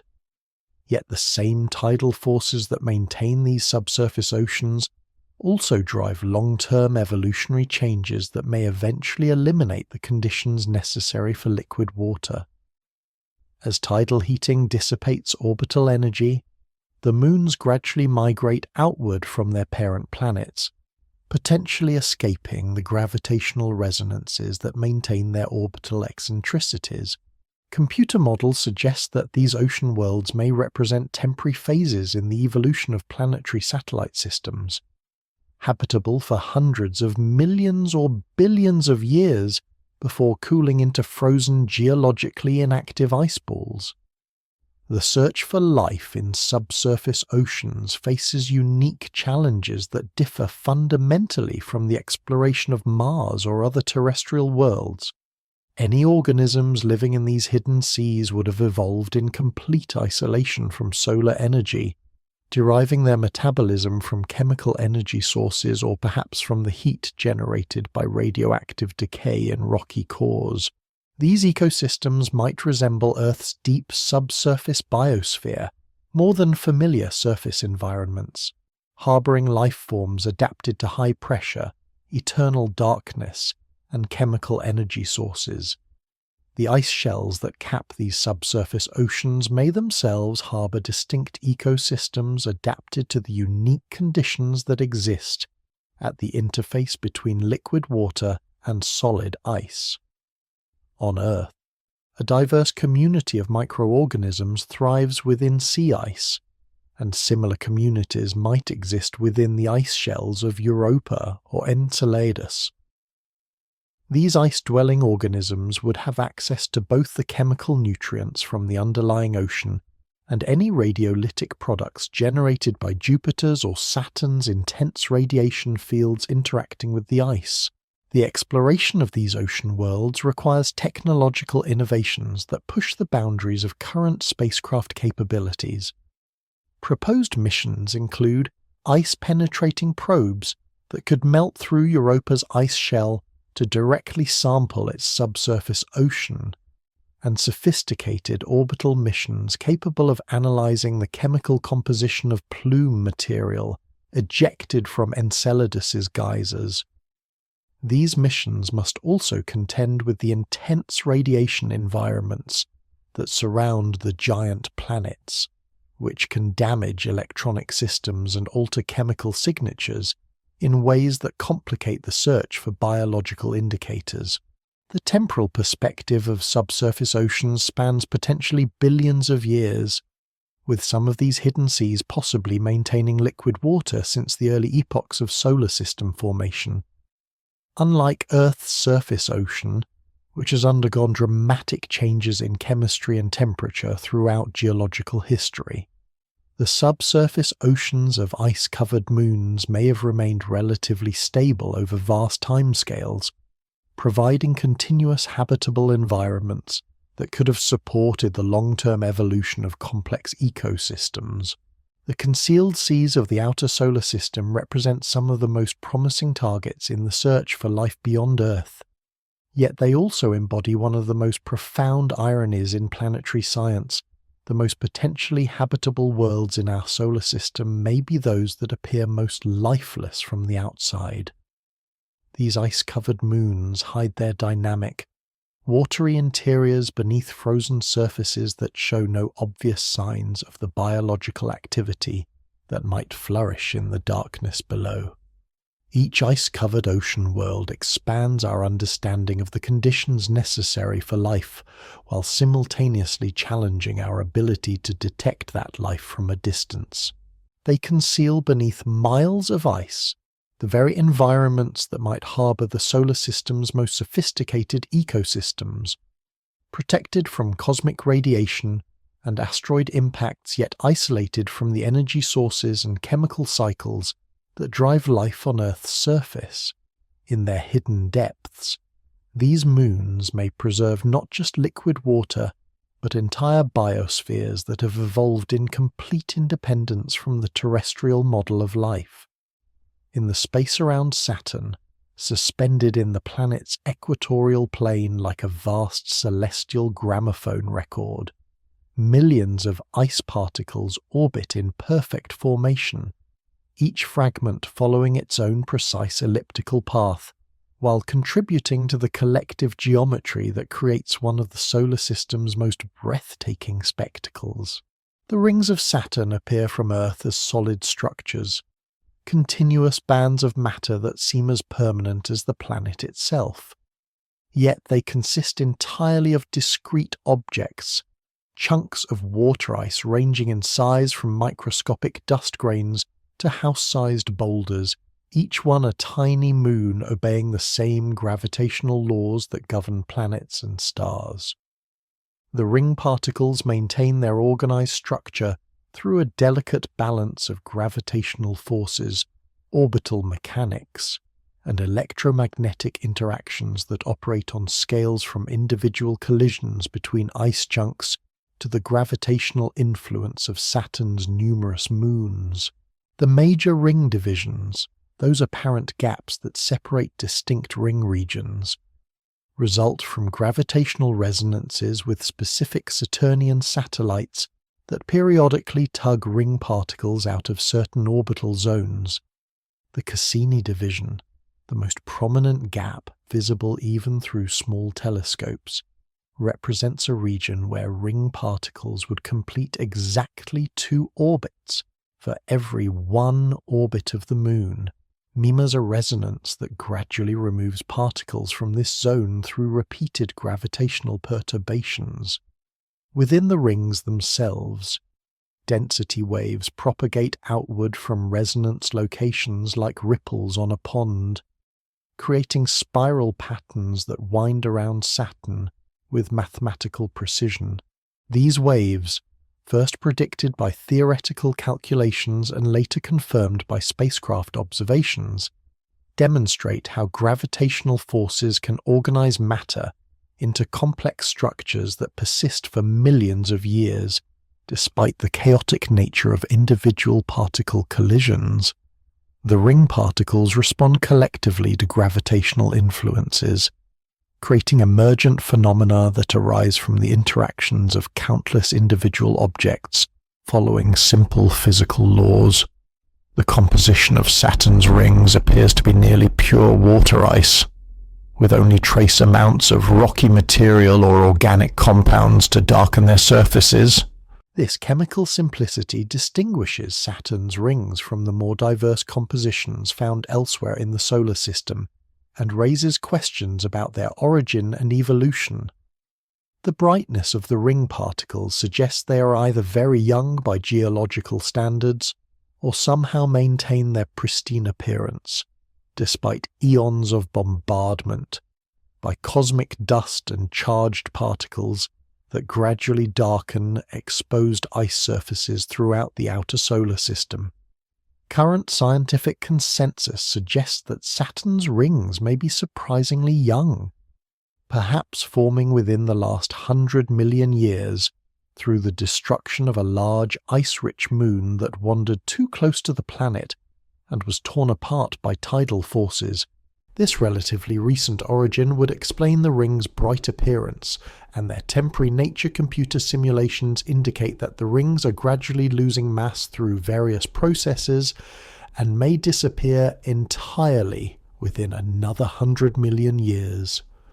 The rings we observe today represent a brief moment in Saturn's long history, a temporary arrangement of matter that future observers will never witness. The discovery of spokes in Saturn's rings challenged our understanding of how electromagnetic forces interact with orbiting particles. These radial features, dark markings that rotate with Saturn's magnetic field rather than following the orbital motion of the ring particles, appear and disappear over timescales of hours and seem to violate the basic principle that ring particles closer to Saturn should orbit faster than those farther out. The spokes may result from electrostatic charging of dust-sized particles that temporarily lifts them above the main ring plane, where they become influenced by Saturn's magnetic field rather than purely gravitational forces. The intricate structure revealed by spacecraft imaging shows that Saturn's rings contain thousands of individual ringlets, narrow bands of particles separated by gaps only a few kilometers wide. This fine structure suggests that the ring system responds to gravitational influences too subtle to detect from Earth-based observations, including the effects of small embedded moonlets, density variations within the rings themselves, and perhaps even the gravitational pull of Saturn's more distant satellites. The rings serve as a natural laboratory for studying gravitational physics, demonstrating how matter behaves under conditions that cannot be replicated in terrestrial experiments. Some of Saturn's smaller moons orbit within or near the ring system, serving as shepherds that help maintain the ring's sharp edges through gravitational interactions. The moonpan carves a gap within the A-ring, sweeping up ring particles in its immediate vicinity while creating characteristic wake patterns that trail behind its orbital motion. Similarly, the moons Prometheus and Pandora bracket the narrow F-ring, their gravitational influence containing the ring particles within a well-defined band despite perturbations that would otherwise cause the ring to spread and dissipate. The ring particles experience a complex environment of collisions, electromagnetic forces, and thermal effects that continuously reshape their distribution and properties. Mutual collisions between ice chunks damp out random motions and help maintain the ring's remarkably thin vertical structure. Despite spanning hundreds of thousands of kilometers in radius, the main rings are only about 10 meters thick. This extreme flatness results from the same processes that cause gas and dust to settle into thin disks around forming stars and planets, demonstrating universal principles of angular momentum conservation and collisional damping. The seasonal variations in Saturn's rings, caused by the planet's 27-degree axial tilt, provide opportunities to study how ring particles respond to changing illumination and heating patterns. As Saturn progresses through its 29-year orbital period, the ring plane tilts relative to the Sun, alternately exposing the northern and southern faces of the rings to direct sunlight. These thermal variations affect the behavior of the finest particles, which can be lifted above the ring plane by thermal effects and electromagnetic forces, creating temporary changes in the ring's optical properties. The mystery of ring formation extends beyond Saturn to encompass the entire phenomenon of planetary ring systems. Jupiter, Uranus, and Neptune also possess rings, though none approach the complexity and grandeur of Saturn's system. The diversity of ring characteristics among the giant planets suggests that multiple formation mechanisms may operate, from the disruption of moons by tidal forces to the capture of asteroid or comet debris. Yet the temporary nature of all ring systems implies that we are witnessing these structures during a brief phase of their existence. Recent discoveries have revealed that ring systems may be more dynamic than previously assumed, with evidence for ongoing mass exchange between rings and small embedded moons. Some ring particles may eventually accrete into new moonlets, while existing small moons may be gradually destroyed by collisions with ring debris, creating a continuous cycle of destruction and reformation that maintains the ring system's mass and structure over extended periods. This dynamic view of ring evolution suggests that ring systems represent ongoing processes rather than static features. The gravitational interactions within ring systems create phenomena that mirror processes occurring throughout the universe. From the formation of spiral galaxies to the dynamics of planetary formation in protoplanetary disks around young stars, the mathematical descriptions that explain ring particle behavior also apply to the motion of stars within galactic spiral arms and the aggregation of dust and gas into planets. Saturn's rings provide a nearby example of processes that operate on vastly different scales throughout the cosmos. The beauty of Saturn's rings emerges from the same physical processes that govern much larger cosmic structures, yet their temporary nature adds poignancy to their splendor. These elegant bands of ice and rock demonstrate how gravitational and electromagnetic forces can create order from chaos, organizing countless individual particles into coherent structures that persist for millions of years despite their ultimate instability. The rings dance in temporary grace around their giant host, creating patterns that speak to the mathematical principles underlying celestial mechanics, while reminding us that even the most beautiful cosmic features represent fleeting arrangements of matter in an ever-changing universe. The radio occultation experiments conducted by spacecraft passing behind Saturn's rings have revealed that these apparently solid structures are actually quite transparent, containing far more empty space than solid matter. This finding emphasizes the deceptive nature of the ring's appearance. What seems from a distance to be continuous bands of material proves upon closer examination to be vast collections of discrete objects separated by empty space. The rings represent organization without density, structure without solidity, a cosmic illusion that speaks to the role of perspective in shaping our understanding of celestial phenomena. Beyond the boundaries of our solar system, in the gravitational embrace of stars whose names exist only in astronomical catalogues, thousands of worlds orbit in configurations that challenge every assumption about planetary formation and the conditions necessary for life. These exoplanets, detected through the subtle gravitational tugs they exert on their host stars or the minute dimming they cause when passing in front of stellar disks, reveal a universe far more diverse in its planetary arrangements than our solar system's orderly progression from small rocky worlds to gas giants suggested.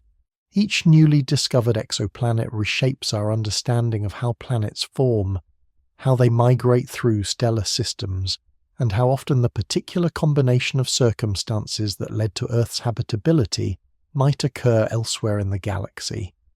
The first confirmed exoplanet around a sun-like star, 51 Pegasi b, defied theoretical expectations by orbiting closer to its star than Mercury orbits our Sun, completing its year in just over 4 Earth days. This hot Jupiter, a gas giant planet with temperatures exceeding 1,000 degrees Celsius, forced astronomers to reconsider fundamental models of planetary formation. According to prevailing theories, giant planets should form in the cold outer regions of stellar systems where ice can condense and provide the solid cores necessary for gas accumulation. The existence of hot Jupiters implies that planets can migrate inward after formation, either through gravitational interactions with protoplanetary disks or through encounters with other planets in crowded early stellar systems. The diversity of exoplanetary systems revealed by space-based telescopes like Kepler and TESS encompasses configurations entirely absent from our solar system: super-Earths, rocky planets with masses between Earth and Neptune, appear to be among the most common types of exoplanets. Yet our solar system contains no examples of this planetary class. These worlds might possess thick hydrogen atmospheres that create extreme greenhouse effects, or they might harbour vast ocean worlds with no exposed land surfaces. The absence of super-Earths in our solar system raises questions about whether our planetary architecture represents a typical or unusual outcome of stellar system formation. Some exoplanets orbit their stars in configurations that would be gravitationally unstable in our solar system, following highly elliptical paths that carry them from scorching proximity to frozen distances over the course of single orbital periods. HD 80606b follows an orbit so eccentric that its distance from its host star varies by a factor of nearly 5, subjecting the planet to temperature swings of hundreds of degrees as it alternately approaches and recedes from stellar heating. These extreme orbital configurations likely result from gravitational interactions with other planets or stellar companions that pumped eccentricity into initially circular orbits. The detection methods used to discover exoplanets impose observational biases that skew our understanding of planetary populations toward large planets. In close orbits, the easiest worlds to detect using current technology.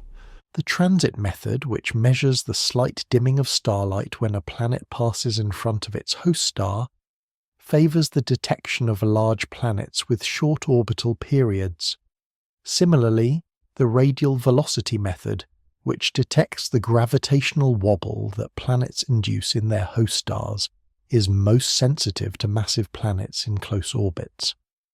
These biases mean that the exoplanet population we've discovered so far may not represent the true distribution of planetary types throughout the galaxy. Multi-planet systems reveal complex gravitational architectures that sometimes stabilize unusual orbital configurations through resonant relationships between planetary periods. The TRAPPIST-1 system contains 7 Earth-sized planets orbiting a red dwarf star, with several planets locked in gravitational resonances that maintain stable orbits despite their close spacing. These resonant chains suggest that planetary migration can create configurations where multiple worlds end up in close proximity while avoiding catastrophic collisions through precisely timed orbital relationships that distribute gravitational perturbations in stabilizing patterns. The atmospheric compositions of exoplanets, revealed through spectroscopic analysis of starlight filtered through planetary atmospheres during transit events, display chemistry that ranges from the familiar to the utterly alien. Somewhat gas giants possess atmospheres containing vaporized metals like iron and titanium, elements that exist as gases only at temperatures exceeding several thousand degrees. Other worlds show evidence for high-altitude clouds composed of silicate minerals or exotic compounds that have no analogues in terrestrial atmospheric chemistry. These extreme atmospheric conditions provide natural laboratories for studying chemistry under conditions impossible to replicate on Earth. The search for potentially habitable exoplanets focuses on worlds orbiting within their star's habitable zone, the range of distances where liquid water could theoretically exist on planetary surfaces, yet this traditional definition of habitability may be overly restrictive, excluding worlds that might support life through alternative mechanisms such as tidal heating, thick atmospheres that extend habitable conditions beyond the nominal habitable zone, or subsurface oceans similar to those found on Jupiter's and Saturn's moons. The discovery of a life in Earth's most extreme environments suggests that habitability may encompass a far broader range of conditions than originally anticipated. Red dwarf stars, the most numerous stellar type in the galaxy, present both opportunities and challenges for planetary habitability. These small, cool stars burn their nuclear fuel so slowly that they can maintain stable energy output for trillions of years, far longer than the current age of the universe. Planets in the habitable zones of red dwarf stars could potentially support life for vastly longer periods than worlds around more massive stars. However, Red dwarf stars also exhibit violent flare activity that can strip away planetary atmospheres, while planets in their habitable zones become tidally locked, with one hemisphere permanently facing the star and the other locked in eternal darkness. The multiplicity of planetary systems challenges simple models of how gravitational interactions shape the final orbital configurations of exoplanets. Some systems contain planets orbiting retrograde opposite to their star's rotation, suggesting violent dynamical histories involving planet-planet scattering or the influence of distant stellar companions. Other systems show evidence for misaligned orbits, with planetary orbital planes tilted relative to their star's equatorial plane, indicating that planetary migration and gravitational interactions can completely reshape the geometric relationships between stars and their orbiting worlds. The population statistics emerging from exoplanet surveys suggest that planetary systems are nearly ubiquitous around main sequence stars, with most stars hosting at least one planet and many systems containing multiple worlds. This high occurrence rate implies that planet formation represents a natural outcome of stellar formation rather than a rare cosmic accident. Yet the diversity of exoplanetary systems also suggests that the specific sequence of events that led to our solar system's current architecture, with small rocky planets in the inner system and gas giants in the outer regions, may represent just one possible outcome among many.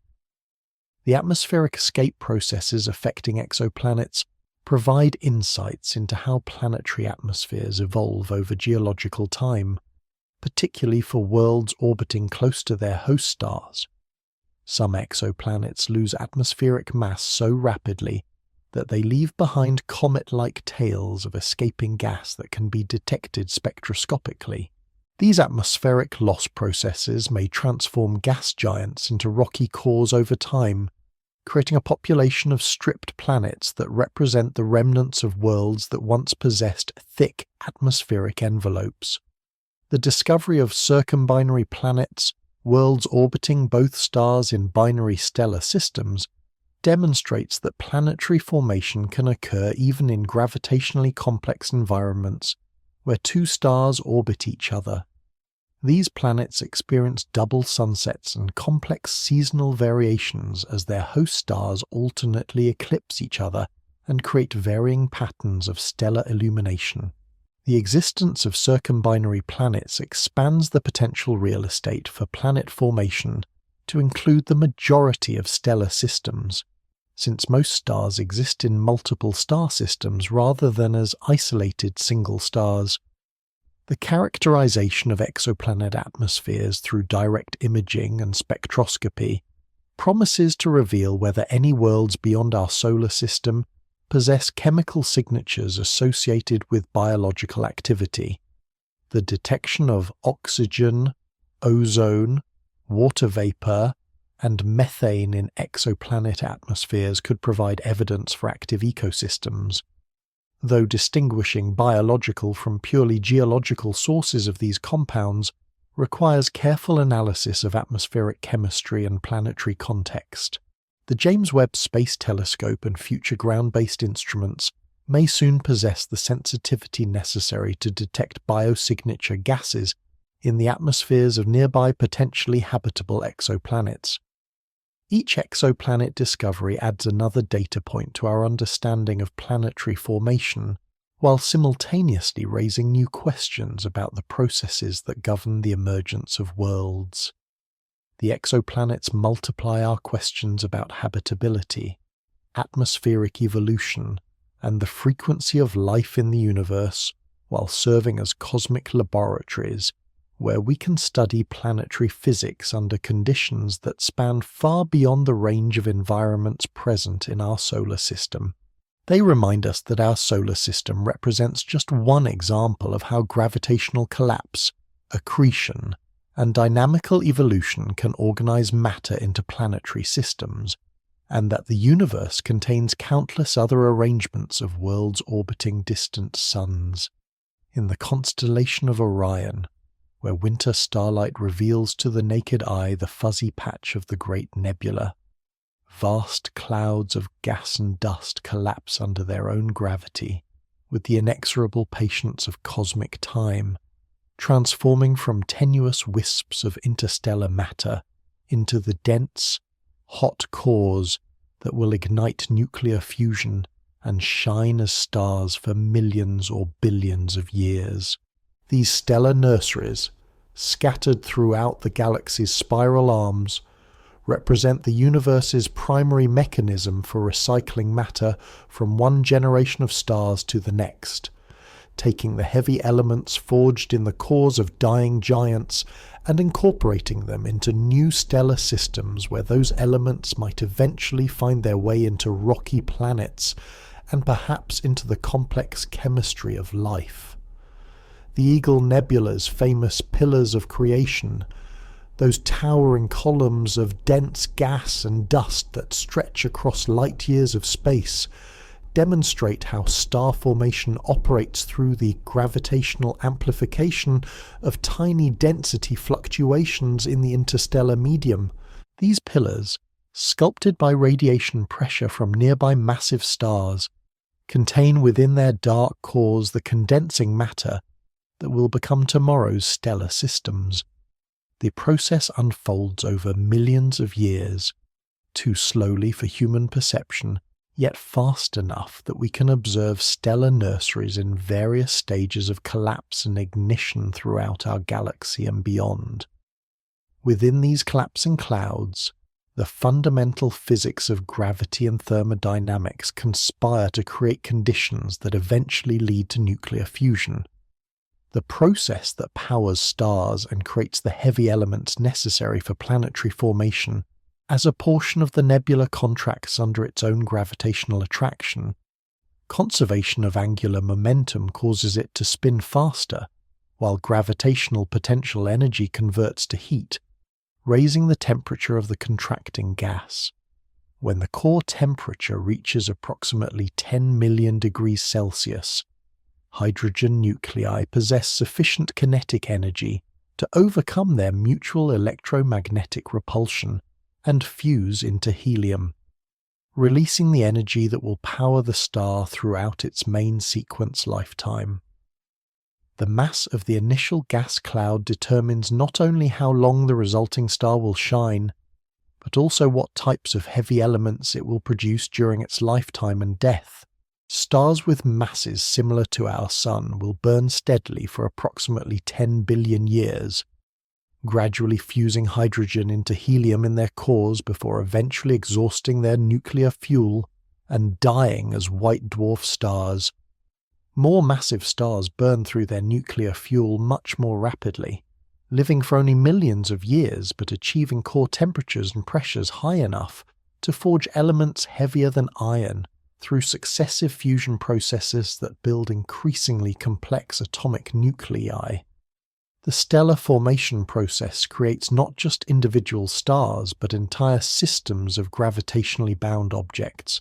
The rotating disk of material that surrounds a forming star provides the raw material for planetary formation, as dust grains collide and stick together to form larger aggregates that eventually grow into asteroids, comets, and planets.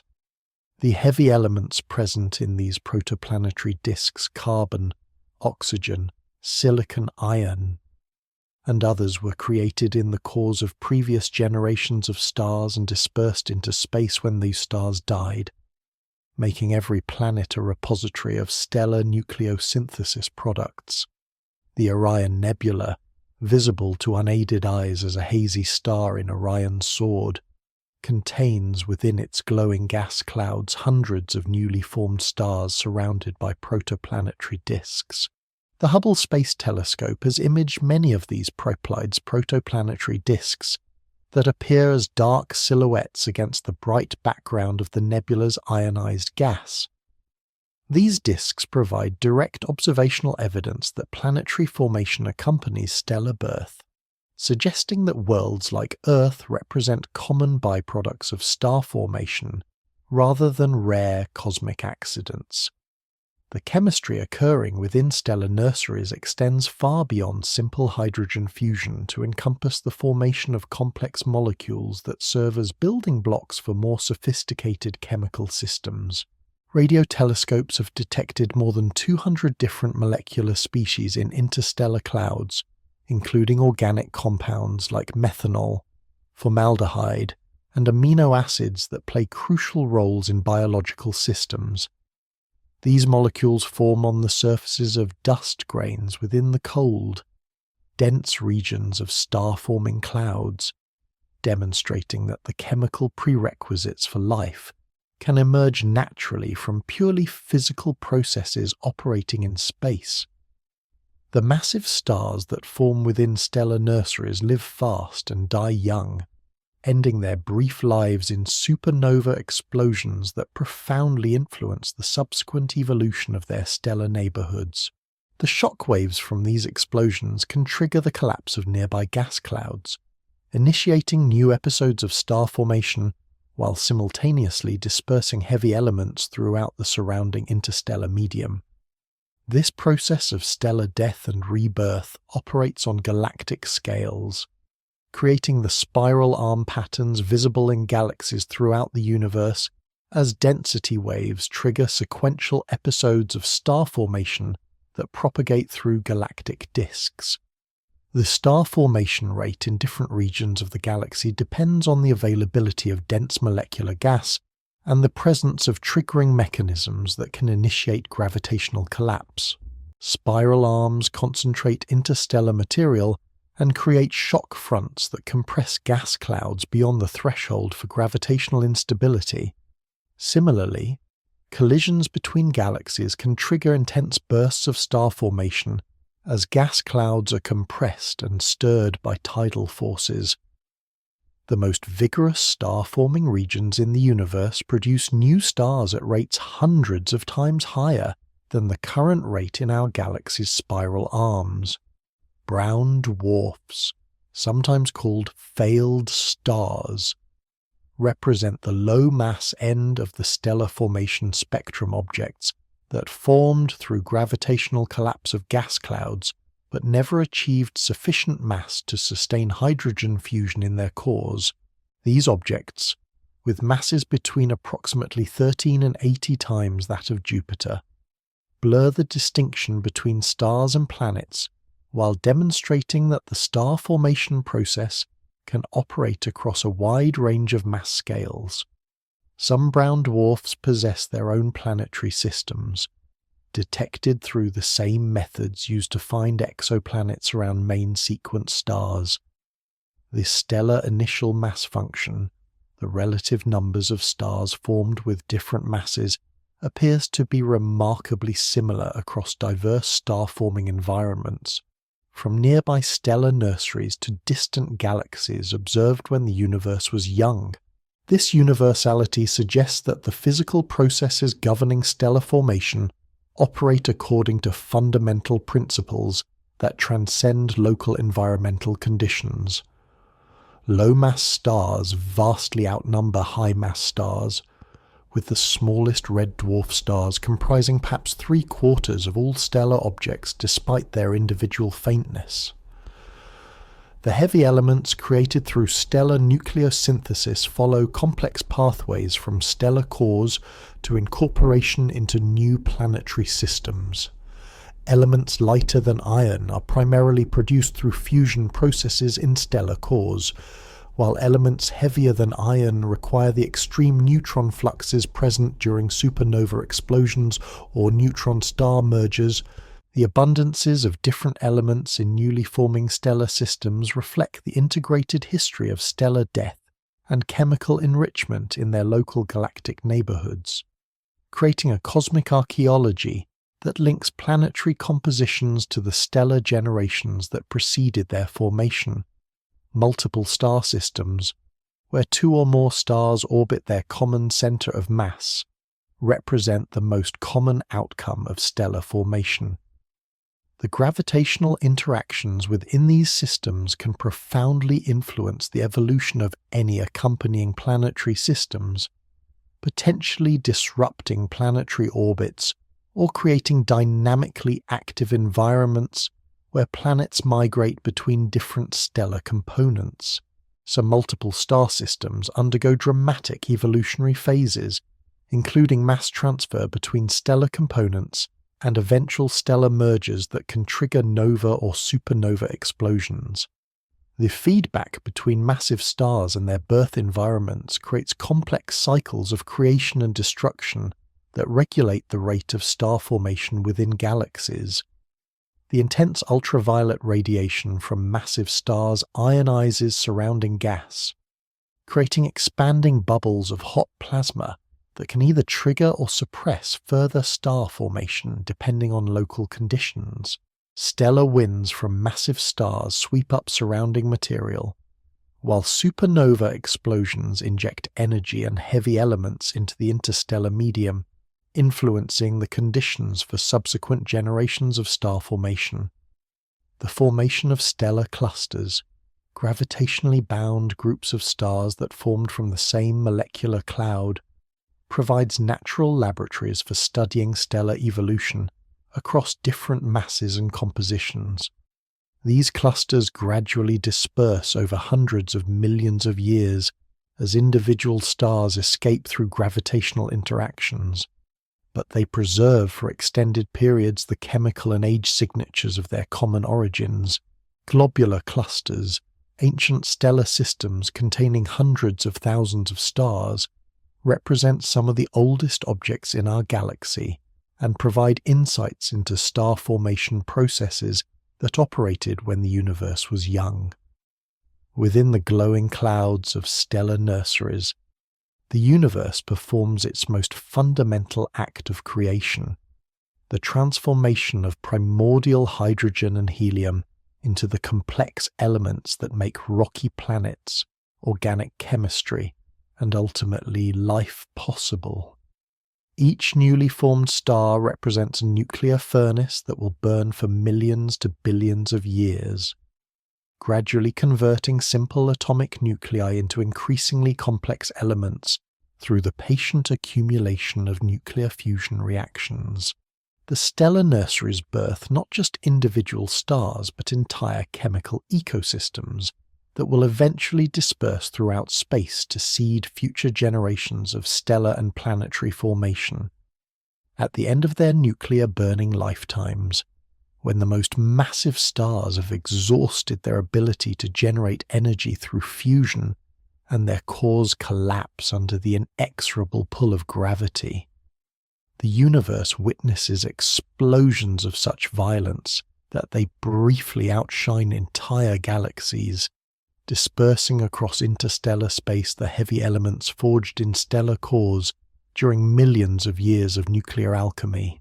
These supernovae represent the primary mechanism by which elements heavier than hydrogen and helium escape the gravitational prisons of stellar interiors and become available for incorporation into new generations of stars, planets, and ultimately the chemical complexity that enables biological systems to emerge from purely physical processes.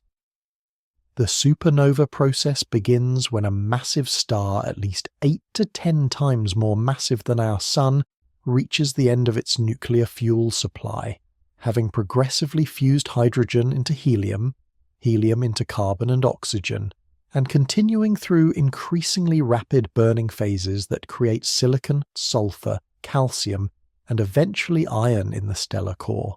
Iron represents the end of the fusion road, the element with the most stable atomic nucleus, incapable of releasing energy through either fusion into heavier elements or fission into lighter ones. When the core becomes predominantly iron, the star faces an energy crisis that leads inexorably to gravitational collapse and explosive death. The collapse occurs with breathtaking rapidity by stellar standards, with the iron core shrinking from roughly the size of Earth to perhaps 20 kilometers in diameter in less than a second, while densities increase to exceed those found in atomic nuclei. This core collapse releases gravitational potential energy equivalent to the binding energy that holds atomic nuclei together, approximately 100 times more energy than the star produced through nuclear fusion during its entire main sequence lifetime. Most of this energy emerges as neutrinos, ghostly particles that interact so weakly with matter that they escape directly from the collapsing core, carrying away information about the supernova's central engine. The shockwave generated by core collapse initially stalls as it encounters the dense, infalling outer layers of the stellar core, but neutrino heating and other complex processes eventually revive the shock, driving it outward through the star's envelope at velocities of thousands of kilometers per second. This shock wave not only disrupts the star completely, dispersing its outer layers into space, but also creates the extreme conditions of temperature and neutron flux necessary to forge elements heavier than iron through rapid neutron capture processes that cannot occur under normal stellar conditions. The R process, or rapid neutron capture, requires neutron densities so extreme that atomic nuclei can capture multiple neutrons faster than they can undergo radioactive decay, building up neutron-rich isotopes that eventually decay into the stable heavy elements found throughout the universe. Gold, platinum, uranium, and many other elements that play crucial roles in geology and technology owe their existence to these brief moments of extreme nuclear physics that occur during supernova explosions and neutron star mergers. The gold in terrestrial jewelry, the uranium that powers nuclear reactors, and the rare earth elements essential for modern electronics all originated in stellar death throes billions of years ago. The dispersal of heavy elements through supernova explosions follows patterns that depend on the energy of the explosion, the structure of the surrounding interstellar medium, and the gravitational field of the host galaxy. The expanding supernova remnant creates a bubble of hot, metal-enriched gas that can persist for hundreds of thousands of years, gradually mixing with the ambient interstellar material and raising the overall metallicity of star-forming regions. This process of chemical enrichment operates on galactic scales, with early generations of massive stars seeding their environments with heavy elements that become incorporated into later stellar and planetary systems. The Crab Nebula, the expanding remnant of a supernova observed by Chinese astronomers in 1054 CE, demonstrates how these stellar explosions continue to influence their surroundings long after the initial event. The nebula's intricate filamentary structure preserves the chemical fingerprints of the explosion, with different elements distributed in patterns that reflect the physics of the original supernova and the subsequent evolution of the expanding shock wave. At the center of this nebula sits a pulsar, the spinning neutron star that represents the collapsed core of the original massive star. Type Ia supernovae, which result from the thermonuclear disruption of white dwarf stars in binary systems, play a particularly important role in dispersing iron peak elements throughout the galaxy. These explosions occur when a white dwarf accretes material from a companion star until it reaches the Chandrasekhar mass limit, approximately 1/4 solar masses, at which point the entire white dwarf undergoes explosive carbon and oxygen fusion. The standardized energy output of Type Ia supernovae makes them valuable as cosmic distance indicators, while their iron-rich ejecta contribute significantly to the galactic inventory of elements essential for rocky planet formation.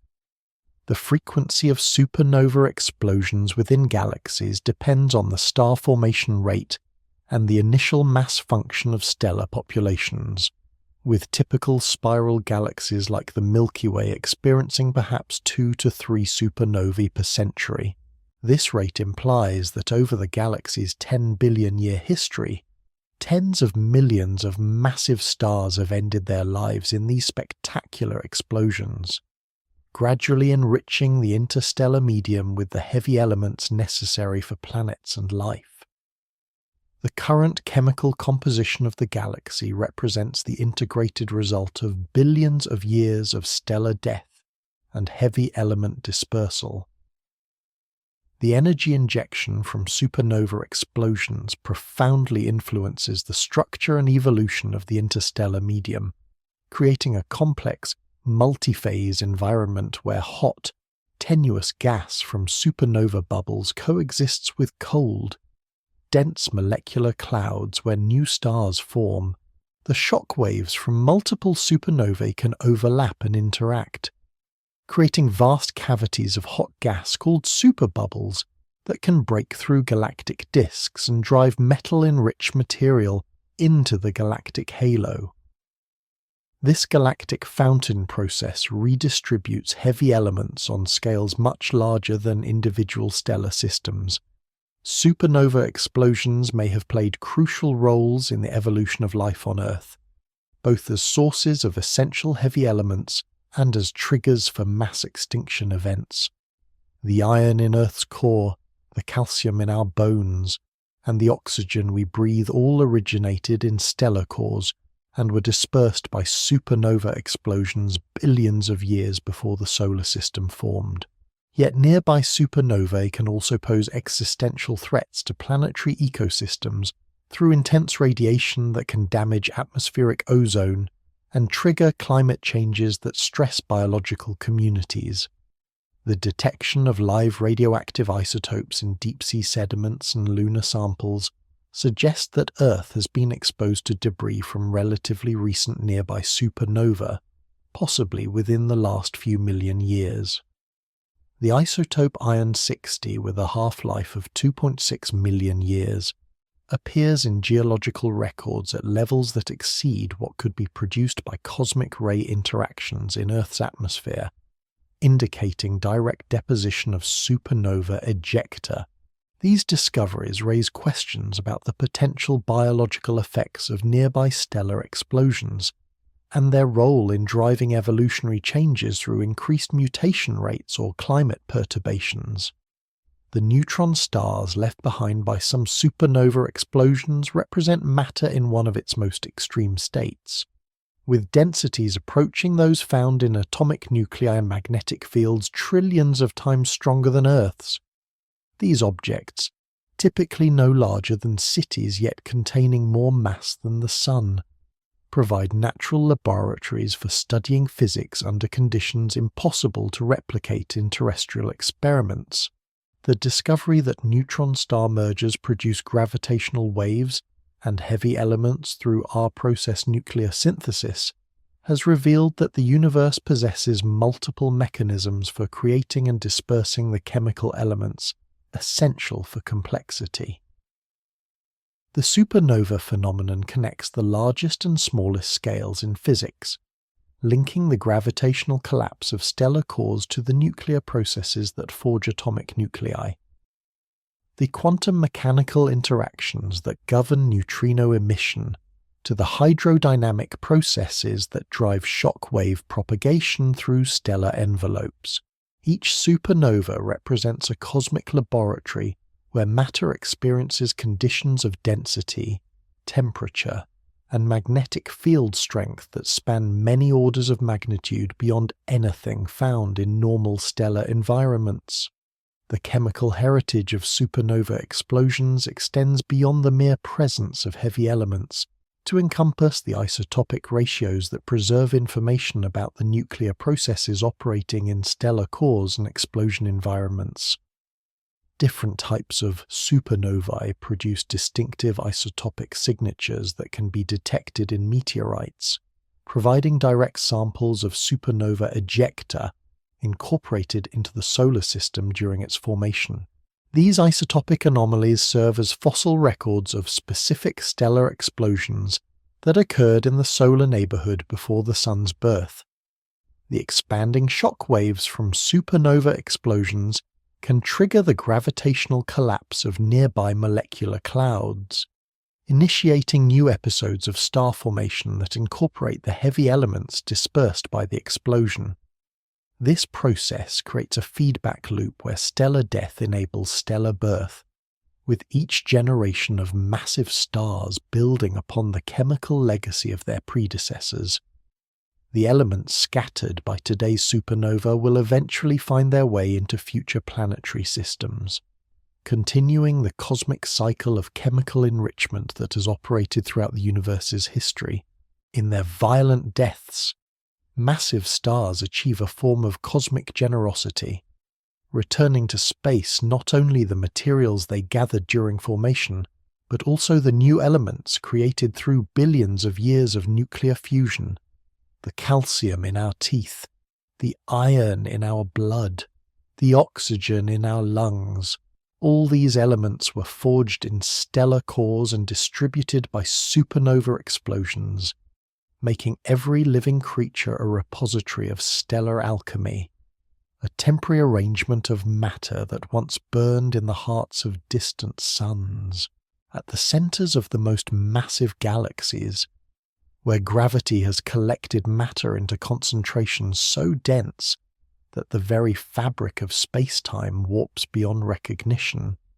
Black holes demonstrate the universe's capacity for phenomena that stretch human comprehension to its limits, while simultaneously revealing fundamental principles about the nature of space, time, and the relationship between matter and geometry. These gravitational singularities, predicted by Einstein's equations, yet so extreme that they challenge the mathematical frameworks used to describe them, represent regions where the curvature of space-time becomes so steep that not even light possesses sufficient velocity to escape their gravitational embrace. The event horizon, that invisible boundary surrounding each black hole where the escape velocity equals the speed of light, marks a point of no return that separates the observable universe from a realm where our understanding of physics breaks down completely. Matter that crosses this threshold disappears forever from the perspective of external observers, not because it is destroyed, but because the extreme gravitational time dilation near the event horizon means that infalling objects appear to slow down and fade from view as their light becomes infinitely redshifted. From the perspective of the falling observer, however, the journey across the event horizon and toward the central singularity occurs in finite time, though that observer can never communicate their experience to the outside universe. The formation of stellar mass black holes occurs through the gravitational collapse of the most massive stars, those with initial masses exceeding perhaps 25 times that of our Sun. When their cores become too massive for even neutron degeneracy pressure to halt the collapse. Unlike less massive stars that end their lives as white dwarfs or neutron stars, these stellar giants possess cores that exceed the theoretical maximum mass that any known force can support against gravity. The resulting collapse creates a region of space-time where matter compresses to infinite density at a mathematical point called a singularity, surrounded by an event horizon whose radius depends only on the total mass of the collapsed object. Supermassive black holes, containing millions or billions of times the mass of our Sun, reside at the centers of most large galaxies, including our own Milky Way, where they profoundly influence the evolution and structure of their host stellar systems. The black hole at the center of our galaxy, known as Sagittarius Acis, contains approximately 4 million solar masses compressed into a region smaller than the orbit of Mercury, creating gravitational effects so strong that nearby stars follow elliptical orbits with velocities reaching several % of the speed of light at their closest approaches. The detection of gravitational waves by the Laser Interferometer Gravitational Wave Observatory has revealed that black hole mergers occur throughout the universe as these objects spiral into each other and coalesce, creating ripples in space-time that propagate outward at the speed of light.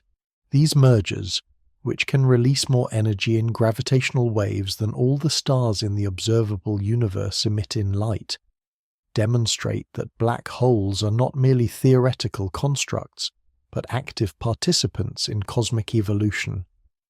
The gravitational waves from these events carry information about the masses and spins of the merging black holes, providing direct measurements of objects that are otherwise invisible to electromagnetic observation.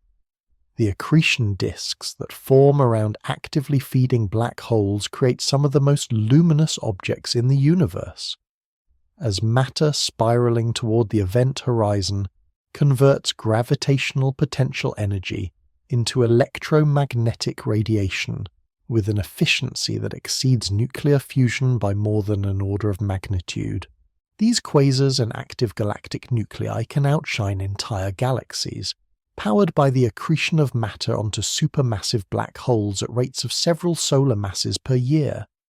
The intense radiation from these accretion processes can influence star formation throughout the host galaxy, demonstrating how black holes participate in galactic evolution despite their tendency to trap matter and energy. Hawking radiation, a quantum mechanical effect predicted to occur near black hole event horizons, suggests that these objects slowly evaporate over time by emitting thermal radiation with a temperature inversely proportional to their mass.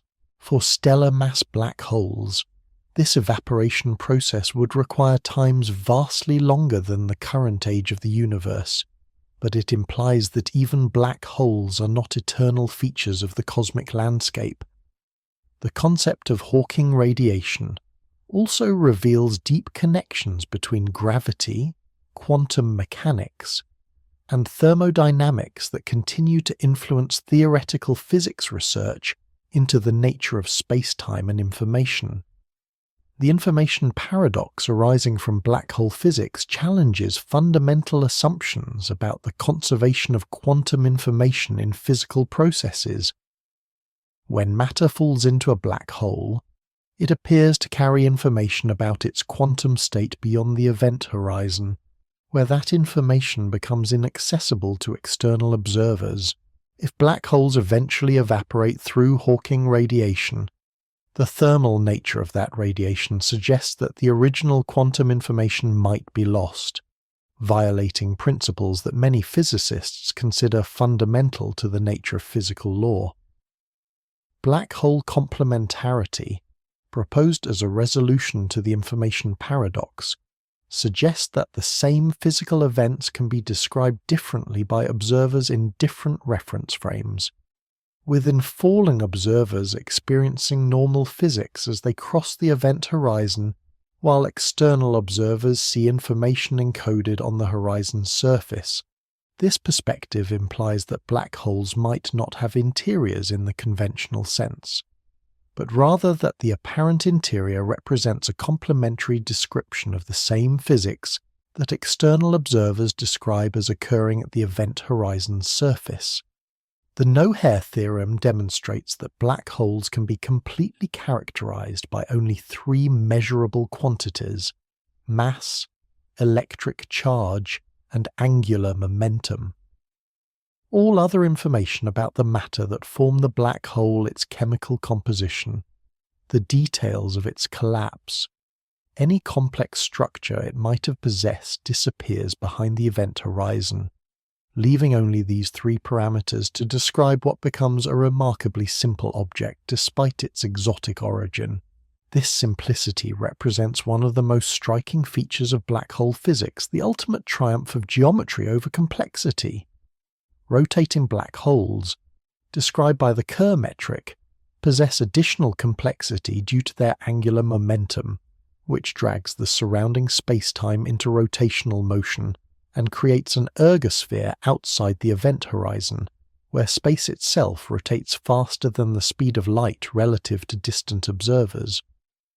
Within this ergosphere, objects cannot remain stationary relative to distant observers, but must participate in the rotation of space-time itself. The Penrose process allows energy extraction from rotating black holes through interactions within the ergosphere, suggesting that these objects might serve as cosmic power sources for sufficiently advanced civilizations. The measurement of black hole shadows using the Event Horizon Telescope has provided the first direct images of the Event Horizon region, around supermassive black holes, revealing the characteristic circular shadow predicted by general relativity against the bright background of the accretion disk. These observations confirm theoretical predictions about the appearance of black holes, while demonstrating the remarkable consistency of Einstein's gravitational theory across scales ranging from laboratory experiments to the most extreme gravitational environments in the universe. Time dilation effects near black holes create dramatic differences in the flow of time for observers at different distances from the event horizon, with time appearing to slow down dramatically for observers approaching the black hole as measured by distant observers. These effects, while predicted by special and general relativity, reach extreme values near black holes that illustrate the malleability of time itself under the influence of strong gravitational fields. An observer falling into a black hole would experience normal passage of time locally, but would observe the external universe aging rapidly as tidal forces eventually overwhelmed biological and structural integrity. The role of black holes in galaxy formation and evolution extends beyond their direct gravitational effects to encompass their influence on star formation, gas dynamics, and the overall structure of cosmic matter distribution. Feedback from active galactic nuclei can suppress star formation throughout their host galaxies, while the gravitational potential wells created by supermassive black holes help anchor the central regions of galactic dark matter halos. The observed correlations between supermassive black hole masses and various properties of their host galaxies suggest intimate connections between black hole growth and galactic evolution. Primordial black holes, hypothetical objects that might have formed from density fluctuations in the early universe rather than from stellar collapse, could potentially account for some or all of the dark matter that comprises approximately 27% of the universe's total mass energy content. These objects, if they exist, would span a vast range of masses from microscopic quantum black holes to intermediate mass objects that bridge the gap between stellar mass and supermassive black holes. The search for primordial black holes continues through gravitational wave observations, microlensing surveys, and other indirect detection methods. Black holes represent the universe's most extreme expression of gravity's power to curve space-time and concentrate matter. Yet they also embody profound mysteries about the nature of space, time, and information that continue to drive theoretical physics research. They bend our understanding of reality as surely as they bend the path of light, forcing physicists to confront questions about the fundamental nature of physical law under conditions that push mathematical descriptions to their breaking points. In their absolute darkness, black holes illuminate the deepest principles governing the universe's behavior, serving as cosmic laboratories where the most fundamental aspects of physics reveal themselves through their extreme manifestations, permeating every cubic centimeter of space throughout the observable universe. The cosmic microwave background radiation bathes all matter in the faint afterglow of creation itself, carrying within its subtle temperature variations the imprint of quantum fluctuations that occurred when the cosmos was smaller than an atomic nucleus and hotter than the cores of the most massive stars. This ancient light, cooled by 13.5 billion years of cosmic expansion from its original temperature of billions of degrees to a mere 7 degrees above absolute zero, represents the oldest photons that can ever be observed, released during the epoch of recombination when the universe first became transparent to electromagnetic radiation. The cosmic microwave background preserves in exquisite detail the conditions that prevailed approximately 380,000 years after the Big Bang.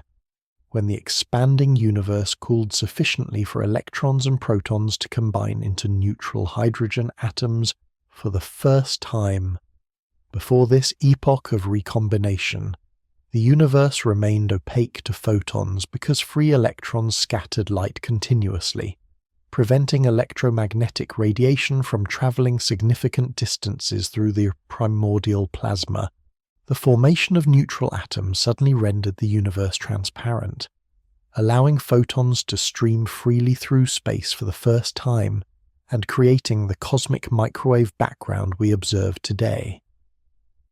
The remarkable uniformity of this ancient radiation, exhibiting temperature variations of only a few parts per million across the entire sky, testifies to the extraordinary smoothness of the early universe, while simultaneously preserving evidence for the tiny density fluctuations that would eventually grow under gravitational amplification to become the cosmic web of galaxies, clusters, and superclusters that define the universe's larger-scale structure. These minute temperature variations in the cosmic microwave background represent the seeds of all cosmic structure.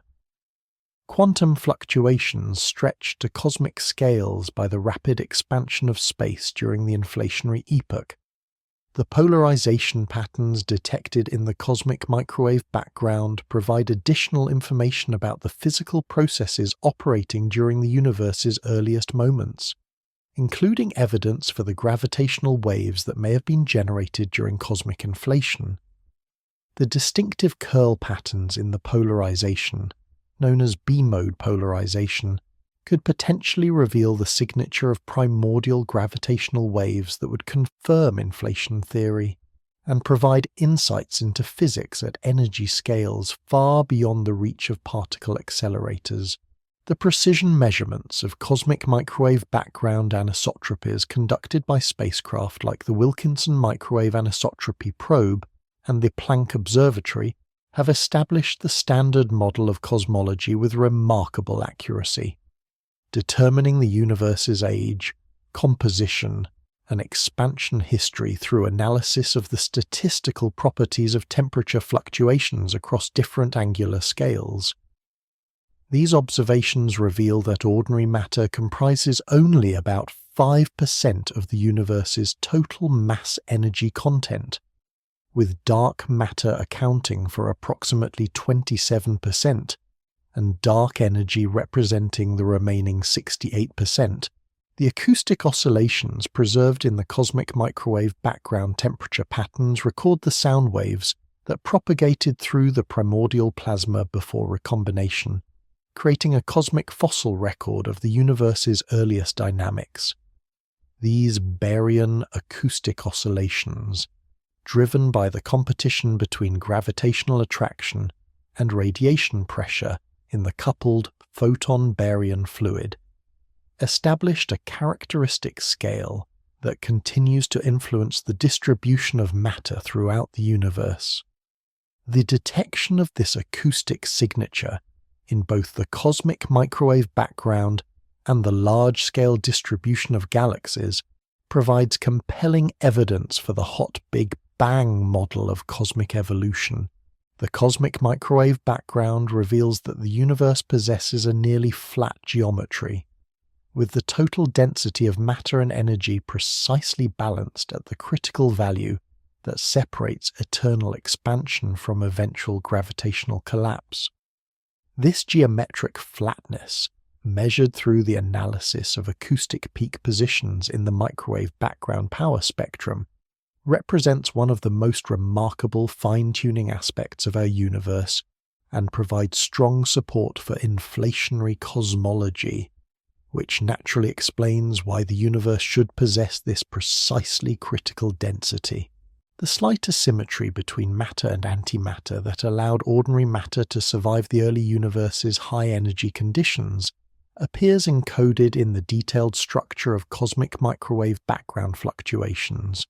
Though detecting this signature requires extraordinary measurement precision, the observed baryon-to-photon ratio, determined from the relative heights of acoustic peaks in the microwave background, constrains models of baryogenesis, the process by which the universe developed its matter-antimatter asymmetry during the first microseconds after the Big Bang, foreground contamination from sources within our own galaxy, and the local universe complicates the extraction of primordial information from cosmic microwave background observations, requiring sophisticated statistical techniques to separate the ancient signal from more recent astrophysical emissions, galactic dust, synchrotron radiation from cosmic ray electrons, and radio emission from nearby galaxies all contribute signals that must be carefully modelled and removed to reveal the underlying cosmological information encoded in the primordial radiation.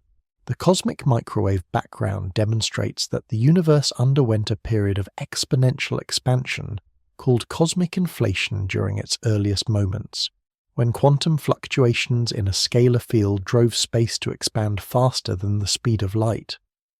This inflationary period, lasting perhaps 10^32 seconds, stretched microscopic quantum uncertainties to cosmic scales, while simultaneously solving several puzzles about the universe's large-scale properties, including its remarkable smoothness, its flat geometry, and the absence of exotic relic particles predicted by some theories of particle physics.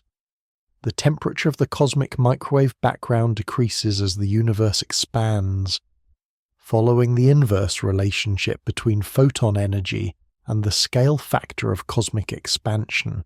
Observations of this radiation at high redshift, through its interaction with hot gas in distant galaxy clusters via the Sunyaev-Zeldovich effect, provide direct measurements of cosmic expansion over the past several billion years and contribute to studies of dark energy and the acceleration of cosmic expansion. The isotropy of the cosmic microwave background, its nearly identical temperature in all directions across the sky, creates what cosmologists call the horizon problem, the puzzle of how regions of the universe that were never in causal contact could have achieved thermal equilibrium.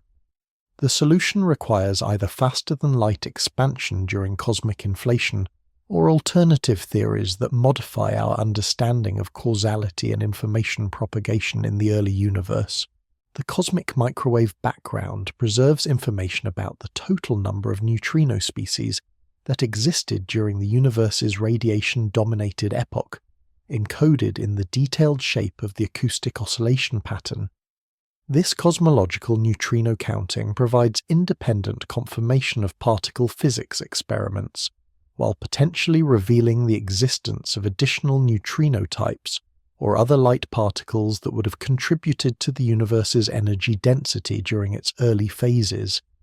Secondary anisotropies in the cosmic microwave background, created by the interaction of primordial photons with matter along their path from the surface of last scattering to our telescopes, carry information about the evolution of cosmic structure throughout the universe's history. The integrated Sachs-Wolf effect, gravitational lensing by intervening matter, and the kinematic Sunyaev-Zeldovich effect from bulk motions of galaxy clusters all contribute additional signatures that allow cosmologists to study the growth of structure and the properties of dark matter and dark energy. The cosmic microwave background serves as a remarkably preserved fossil record of the universe's infancy, a baby picture of the cosmos taken when it was only 380,000 years old, yet containing within its subtle patterns the seeds of everything that would follow the first stars, the first galaxies, the formation of heavy elements, the emergence of planets, and ultimately the development of life itself. Each detected photon in this ancient radiation field carries information about quantum processes that occurred at energy scales and time scales that no terrestrial experiment can probe, making the cosmic microwave background our most direct connection to the fundamental physics operating at the universe's birth. The statistical properties of cosmic microwave background fluctuations match the predictions of inflationary cosmology with extraordinary precision, providing compelling evidence that the universe began in a state of quantum vacuum fluctuations that were amplified to cosmic scales by exponential expansion. This correspondence between quantum mechanics and cosmic structure represents one of the most remarkable connections between the microscopic and macroscopic worlds, demonstrating that the larger structures in the universe owe their existence to quantum uncertainty principles operating at the smallest possible scales. The cosmic microwave background echoes through space as a constant reminder of the universe's finite age and evolutionary history, bathing every object in the cosmos with photons that have travelled since shortly after the Big Bang itself.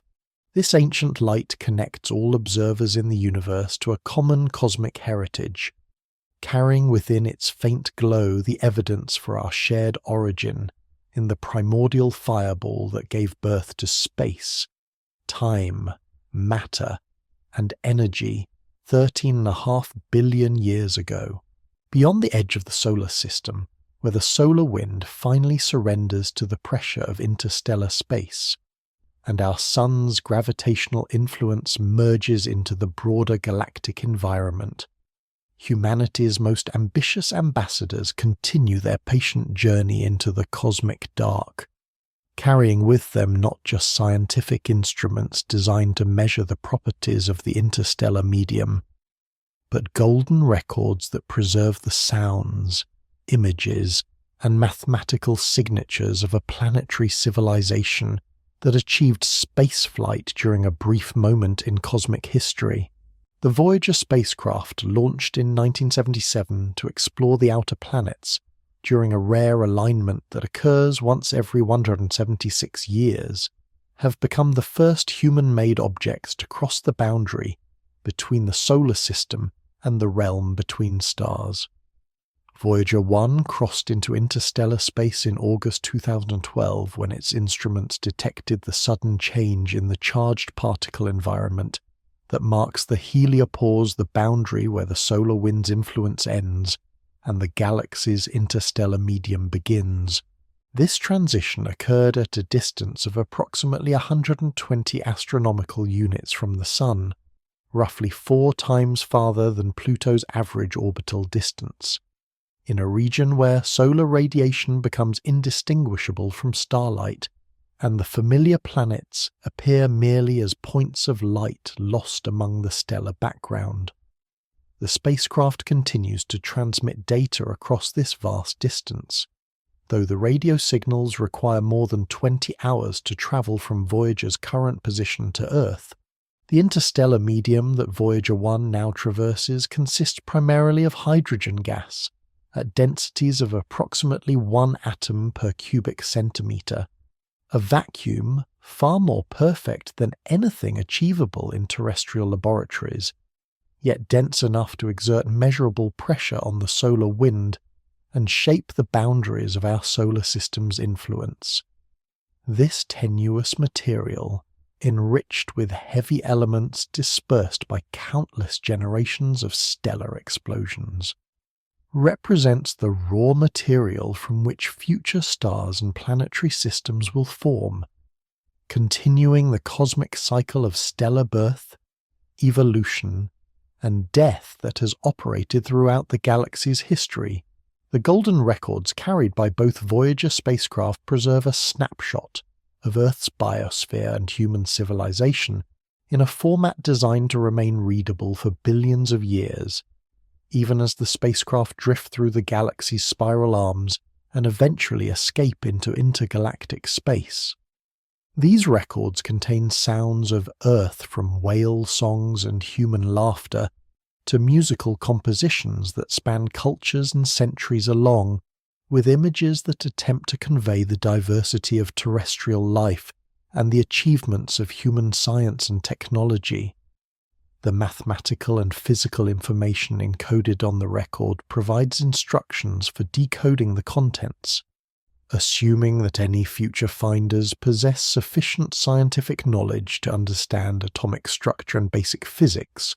The trajectory of Voyager 1 carries it generally toward the constellation Ophiuchus, though the spacecraft will require approximately 40,000 years to travel the distance to the nearest star in that direction.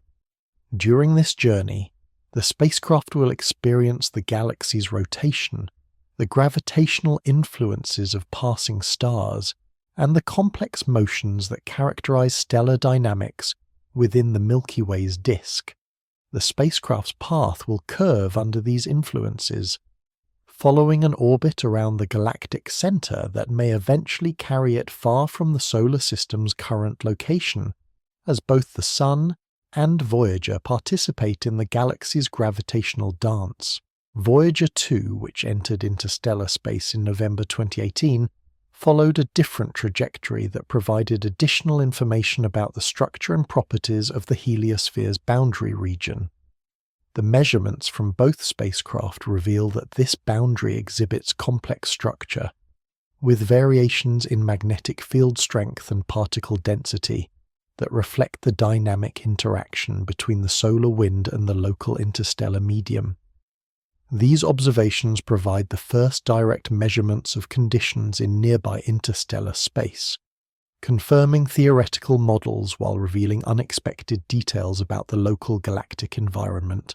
The power sources aboard both Voyager spacecraft, radioisotope thermoelectric generators that convert the heat from plutonium decay into electrical energy, will gradually weaken over the coming decades, forcing mission controllers to shut down scientific instruments one by one to conserve power for essential communication systems. Current projections suggest that the spacecraft will lose the ability to communicate with Earth sometime in the 2030s, after which they will continue their journey in silence, carrying their golden records through the cosmic dark as humanity's most enduring artifacts. The scientific legacy of the Voyager missions extends far beyond their current status as interstellar travelers, encompassing transformative discoveries about the outer planets, their moons, and the structure of the solar system that continue to influence planetary science research decades after the encounters. The detailed images and measurements from Jupiter, Saturn, Uranus, and Neptune reveal these worlds to be complex, dynamic systems with active geology, exotic chemistry, and satellite systems that rival the terrestrial planets in their diversity and scientific interest. The pale blue dot image, captured by Voyager 1 from a distance of 6 billion kilometers as it departed the solar system, shows Earth as a tiny point of light suspended in a sunbeam, providing a cosmic perspective on humanity's place in the universe that has profoundly influenced environmental and philosophical thinking. This image demonstrates both the extraordinary capabilities of human technology and the fragility of the planetary environment that sustains all known life, captured in a single photograph that spans the vast distances between worlds.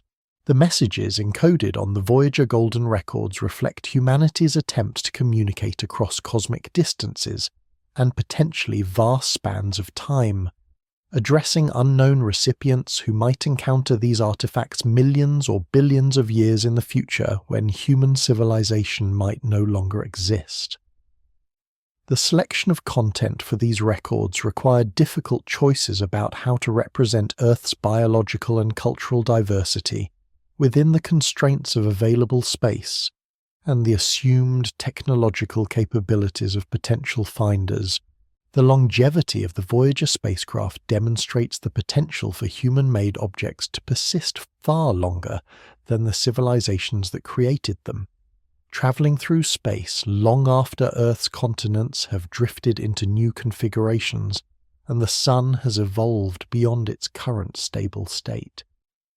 These spacecraft represent humanity's most permanent contributions to the galaxy, ambassadors that will continue their journey through the Milky Way's spiral arms for millions of years, carrying information about a briefly technological species that emerged on a small planet during a particular epoch in cosmic history.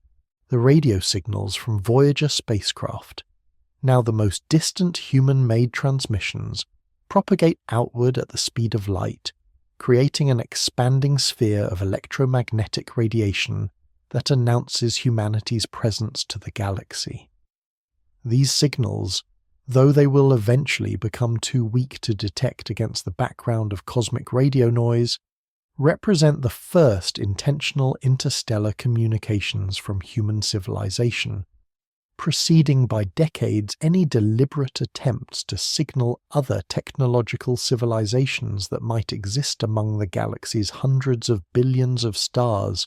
The scientific instruments aboard the Voyager spacecraft continue to operate in an environment never before sampled by human technology, providing measurements of magnetic fields, charged particle fluxes, and plasma wave phenomena in the local interstellar medium. These observations reveal that the space between stars remains far from empty, containing complex structures of gas, dust, and magnetic fields that influence the propagation of cosmic rays and the evolution of stellar systems throughout the galaxy. The cosmic ray environment in interstellar space differs significantly from that within the solar system, where the solar wind and solar magnetic field provide partial shielding from galactic cosmic radiation. Voyager's measurements of this high-energy particle environment provide crucial data for planning future interstellar missions and understanding the radiation hazards that would face any biological organisms traveling between star systems. The gradual weakening of radio communications with the Voyager spacecraft serves as a poignant reminder of the vast scales involved in interstellar travel and communication, even as these missions demonstrate humanity's capacity to extend its sensory apparatus far beyond the confines of Earth's immediate environment. The spacecraft continue their journey into the galaxy's depths, carrying with them not just scientific instruments and golden records, but the hopes and curiosity of a species that achieved, however briefly, the ability to reach across interstellar distances and touch the cosmic dark. As Voyager 1 and 2 drift through the galaxy's spiral arms, they join the countless other objects, asteroids, comets, rogue planets, and stellar remnants that populate the space between stars. Yet they remain unique as artifacts of biological intelligence, products of evolution's brief experiment with consciousness on at least one small world. Their golden records preserve the sounds of Earth's winds and waters, the voices of human children, and the mathematical constants that govern physical reality. Carrying these fragments of terrestrial experience into a cosmic future that no human will witness, but that extends the reach of human awareness beyond the boundaries of individual existence and into the realm of geological and astronomical time, throughout the observable universe, comprising hundreds of billions of galaxies, each containing hundreds of billions of stars. An invisible scaffolding of dark matter creates the gravitational framework that holds cosmic structure together, outweighing all visible matter by a factor of 5 to 1, yet revealing its presence only through the gravitational effects it exerts on stars, gas clouds, and the large-scale distribution of luminous matter. This cosmic dark matter, composed of particles that interact gravitationally but remain essentially invisible to electromagnetic radiation, represents perhaps the most profound mystery in modern cosmology, a reminder that the atoms, molecules, and photons that comprise the familiar world of human experience constitute merely a small fraction of the universe's total mass and energy content. Galaxy rotation curves provide the most direct evidence for dark matter's existence, revealing that stars in the outer regions of spiral galaxies orbit their galactic centers at velocities far exceeding what the visible matter alone could gravitationally support.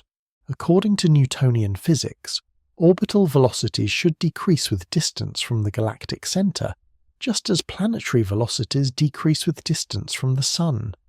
Yet observations consistently show that stellar velocities remain roughly constant across vast distances in galactic disks. This flat rotation curve phenomenon requires the presence of additional invisible matter distributed in extended halos that surround and permeate visible galaxies.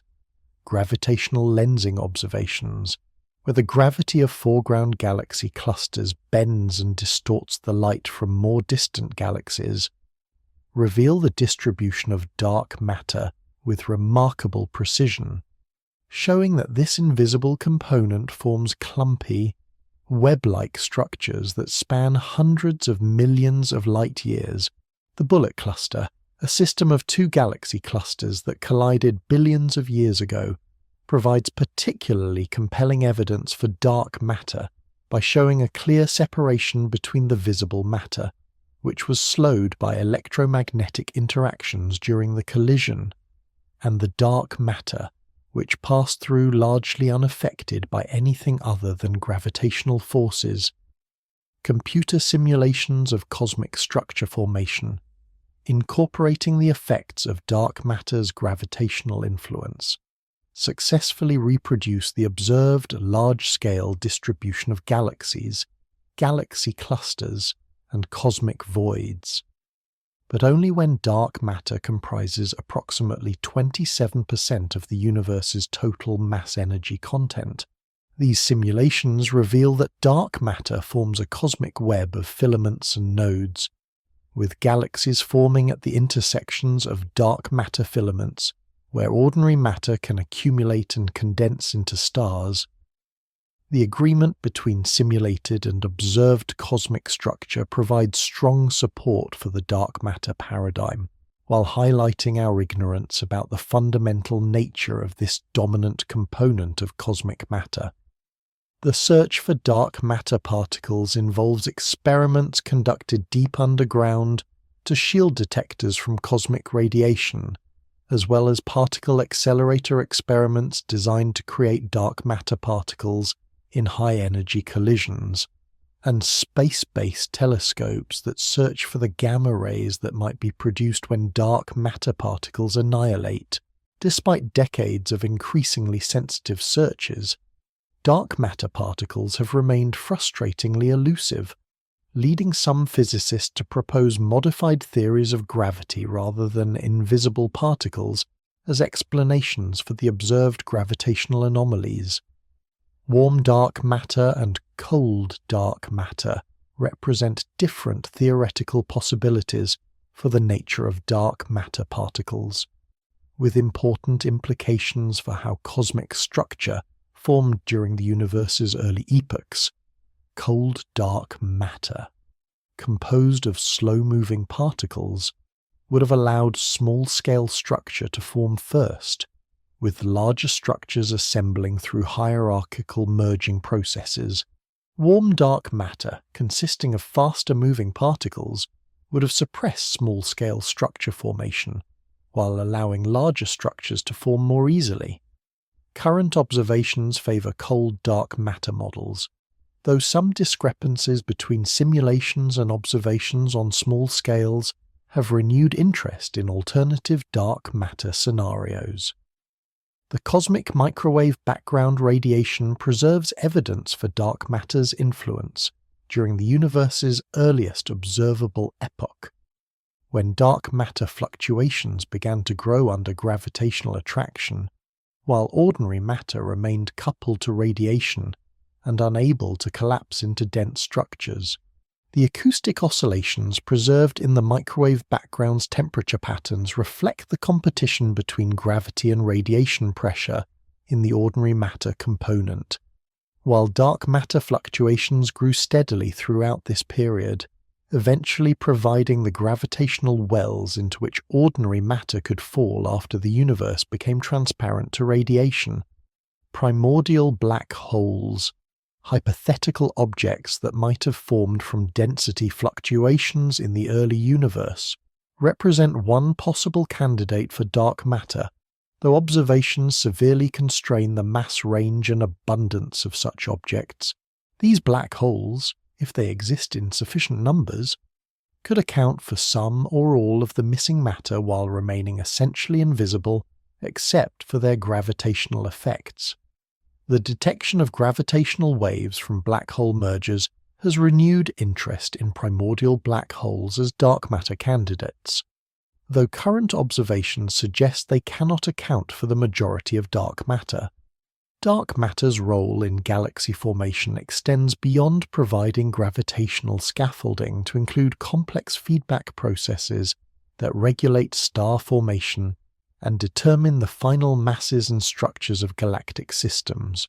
The rate at which ordinary matter falls into dark matter halos influences when and how rapidly galaxies form stars, while stellar feedback processes can drive gas out of small dark matter halos, potentially leaving them devoid of visible matter. These interactions between dark and ordinary matter create the diversity of galaxy types observed throughout the universe. The distribution of dark matter within individual galaxies appears to follow predictable patterns, with dense central regions surrounded by extended halos that may extend well beyond the visible boundaries of galactic disks. The shapes of these dark matter halos, revealed through gravitational lensing and stellar dynamics studies, provide constraints on dark matter's fundamental properties and the processes that shaped structure formation throughout cosmic history. Some observations suggest that dark matter halos may be less centrally concentrated than theoretical simulations predict, though the interpretation of these results remains controversial. Dwarf galaxies, the smallest and most numerous type of galaxy, appear to be dominated by dark matter to an even greater extent than larger galaxies, with some systems containing hundreds of times more dark matter than visible matter. These systems provide excellent laboratories for studying dark matter's properties because their shallow gravitational potential wells make them sensitive to the detailed behavior of dark matter particles. The discovery of ultra-faint dwarf galaxies, containing only a few thousand stars but embedded in massive dark matter halos, challenges theoretical models of galaxy formation while providing new insights into dark matter's role in cosmic structure. The future evolution of cosmic structure depends critically on the nature of dark matter and its interactions with ordinary matter and dark energy. Computer simulations project that dark matter halos will continue to grow through mergers and accretion, while dark energy's accelerating expansion will eventually halt structure formation on the larger scales.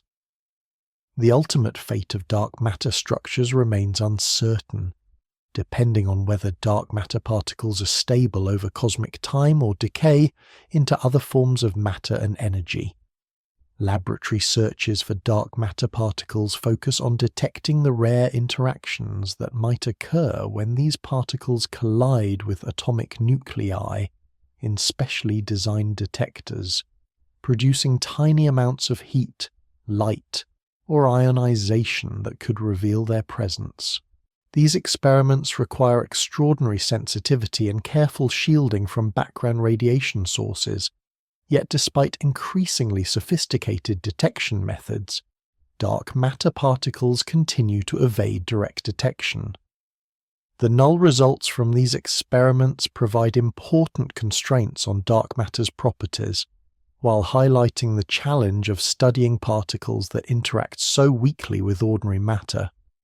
Indirect searches for dark matter focus on detecting the products of dark matter, particle annihilation, or decay, including gamma rays, neutrinos, and antimatter particles that might be produced when dark matter particles interact with each other. Space-based telescopes and ground-based observatories have searched for these signatures in regions of high dark matter density, such as the galactic center and nearby dwarf galaxies, though definitive detection remains elusive despite tantalizing hints in some datasets. The mystery of dark matter exemplifies the provisional nature of scientific knowledge and the universe's capacity to surprise us with phenomena that challenge our most fundamental assumptions about the nature of matter and energy.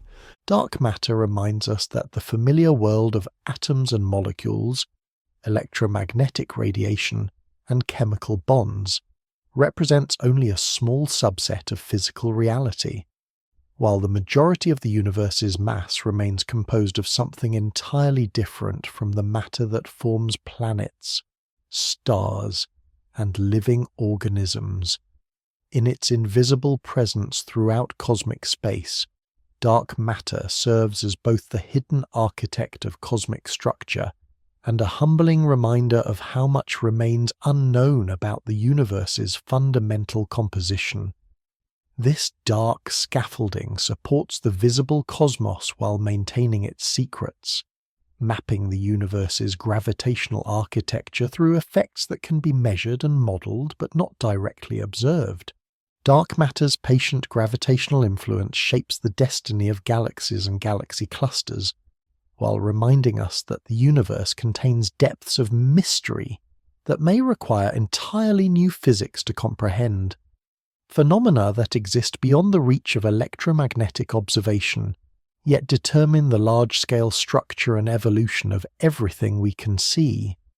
From the vastest scales of cosmic architecture to the intimate boundaries of our solar system, from the ancient echoes of the universe's birth to the patient wandering of asteroids through space. The questions we ask about distant objects ultimately return us to this singular blue world where consciousness emerged from chemistry and curiosity arose from complexity.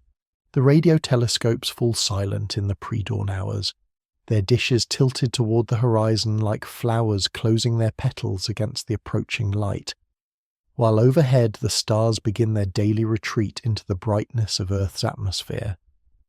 The cosmic microwave background continues its ancient bath of space and time, carrying within its faint whisper the memory of creation itself. Yet here in this quiet moment it mingles with the terrestrial warmth rising from sleeping cities, with the electromagnetic chatter of human civilization, with the gentle heat radiating from bodies at rest beneath blankets and quilts. The distant galaxies pursue their stately recession through expanding space. Dark matter maintains its invisible scaffolding around clusters of stars, and somewhere beyond the edge of perception, black holes continue their patient consumption of space-time itself. Yet all these cosmic phenomena, vast and exotic though they may be, find their meaning in this small collection of rocky and metallic debris that orbits an ordinary yellow star in an unremarkable spiral galaxy. Each meteorite that falls silently into Earth's atmosphere carries with it 4.5 billion years of solar system history.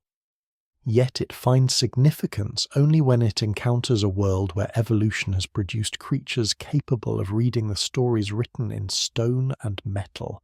Each photon from a distant quasar travels billions of light years through expanding space, yet achieves purpose only when it strikes a telescope mirror built by beings who can wonder about its origin and journey. The moon continues its monthly dance around Earth, slowly receding at the pace of growing fingernails, its cratered face recording bombardments that also shaped our world when both were young. Mars maintains its solitary orbit with its memories of vanished oceans locked in stone and mineral, while in the cold outer darkness, ice-covered moons hide their secret seas beneath frozen shells that glitter in the reflected light of giant planets. Comets trace their elliptical memories through the gravitational architecture of the solar system, carrying within their dirty ice the chemical signatures of stellar death and rebirth. The exoplanets that circle distant stars in configurations both familiar and utterly alien serve as mirrors for our own world, reflecting back questions about habitability, and the conditions necessary for complexity to emerge from simplicity. Stellar nurseries continue their patient work of transforming gas and dust into the nuclear furnaces that will burn for millions or billions of years, while supernovae scatter heavy elements across interstellar space with the generosity of cosmic death. Voyager spacecraft drift through the realm between stars, carrying golden records that preserve the sounds and images of a planetary civilization that briefly achieved the capacity for wonder. In the growing light of dawn, the cosmic questions return to terrestrial answers. The vast distances collapse into the intimate scale of human experience, and the billions of years of cosmic evolution focus into this present moment of awareness and rest. The dark matter that shapes galactic structure becomes indistinguishable from the ordinary matter that forms the bed and the room, and the quiet breathing of those who sleep. The expanding universe pauses in its recession to allow for dreams that span both the infinitely large and the infinitely small, connecting quantum uncertainty to cosmic structure through the medium of consciousness itself. Saturn's rings continue their temporary dance around their giant host, ice particles following the mathematical precision of orbital mechanics, while creating beauty that will persist for millions of years before entropy claims its due. Black holes maintain their gravitational vigil at galactic centers, warping space-time around their event horizons while demonstrating that even the most extreme phenomena remain subject to the patient mathematics that govern all cosmic behavior.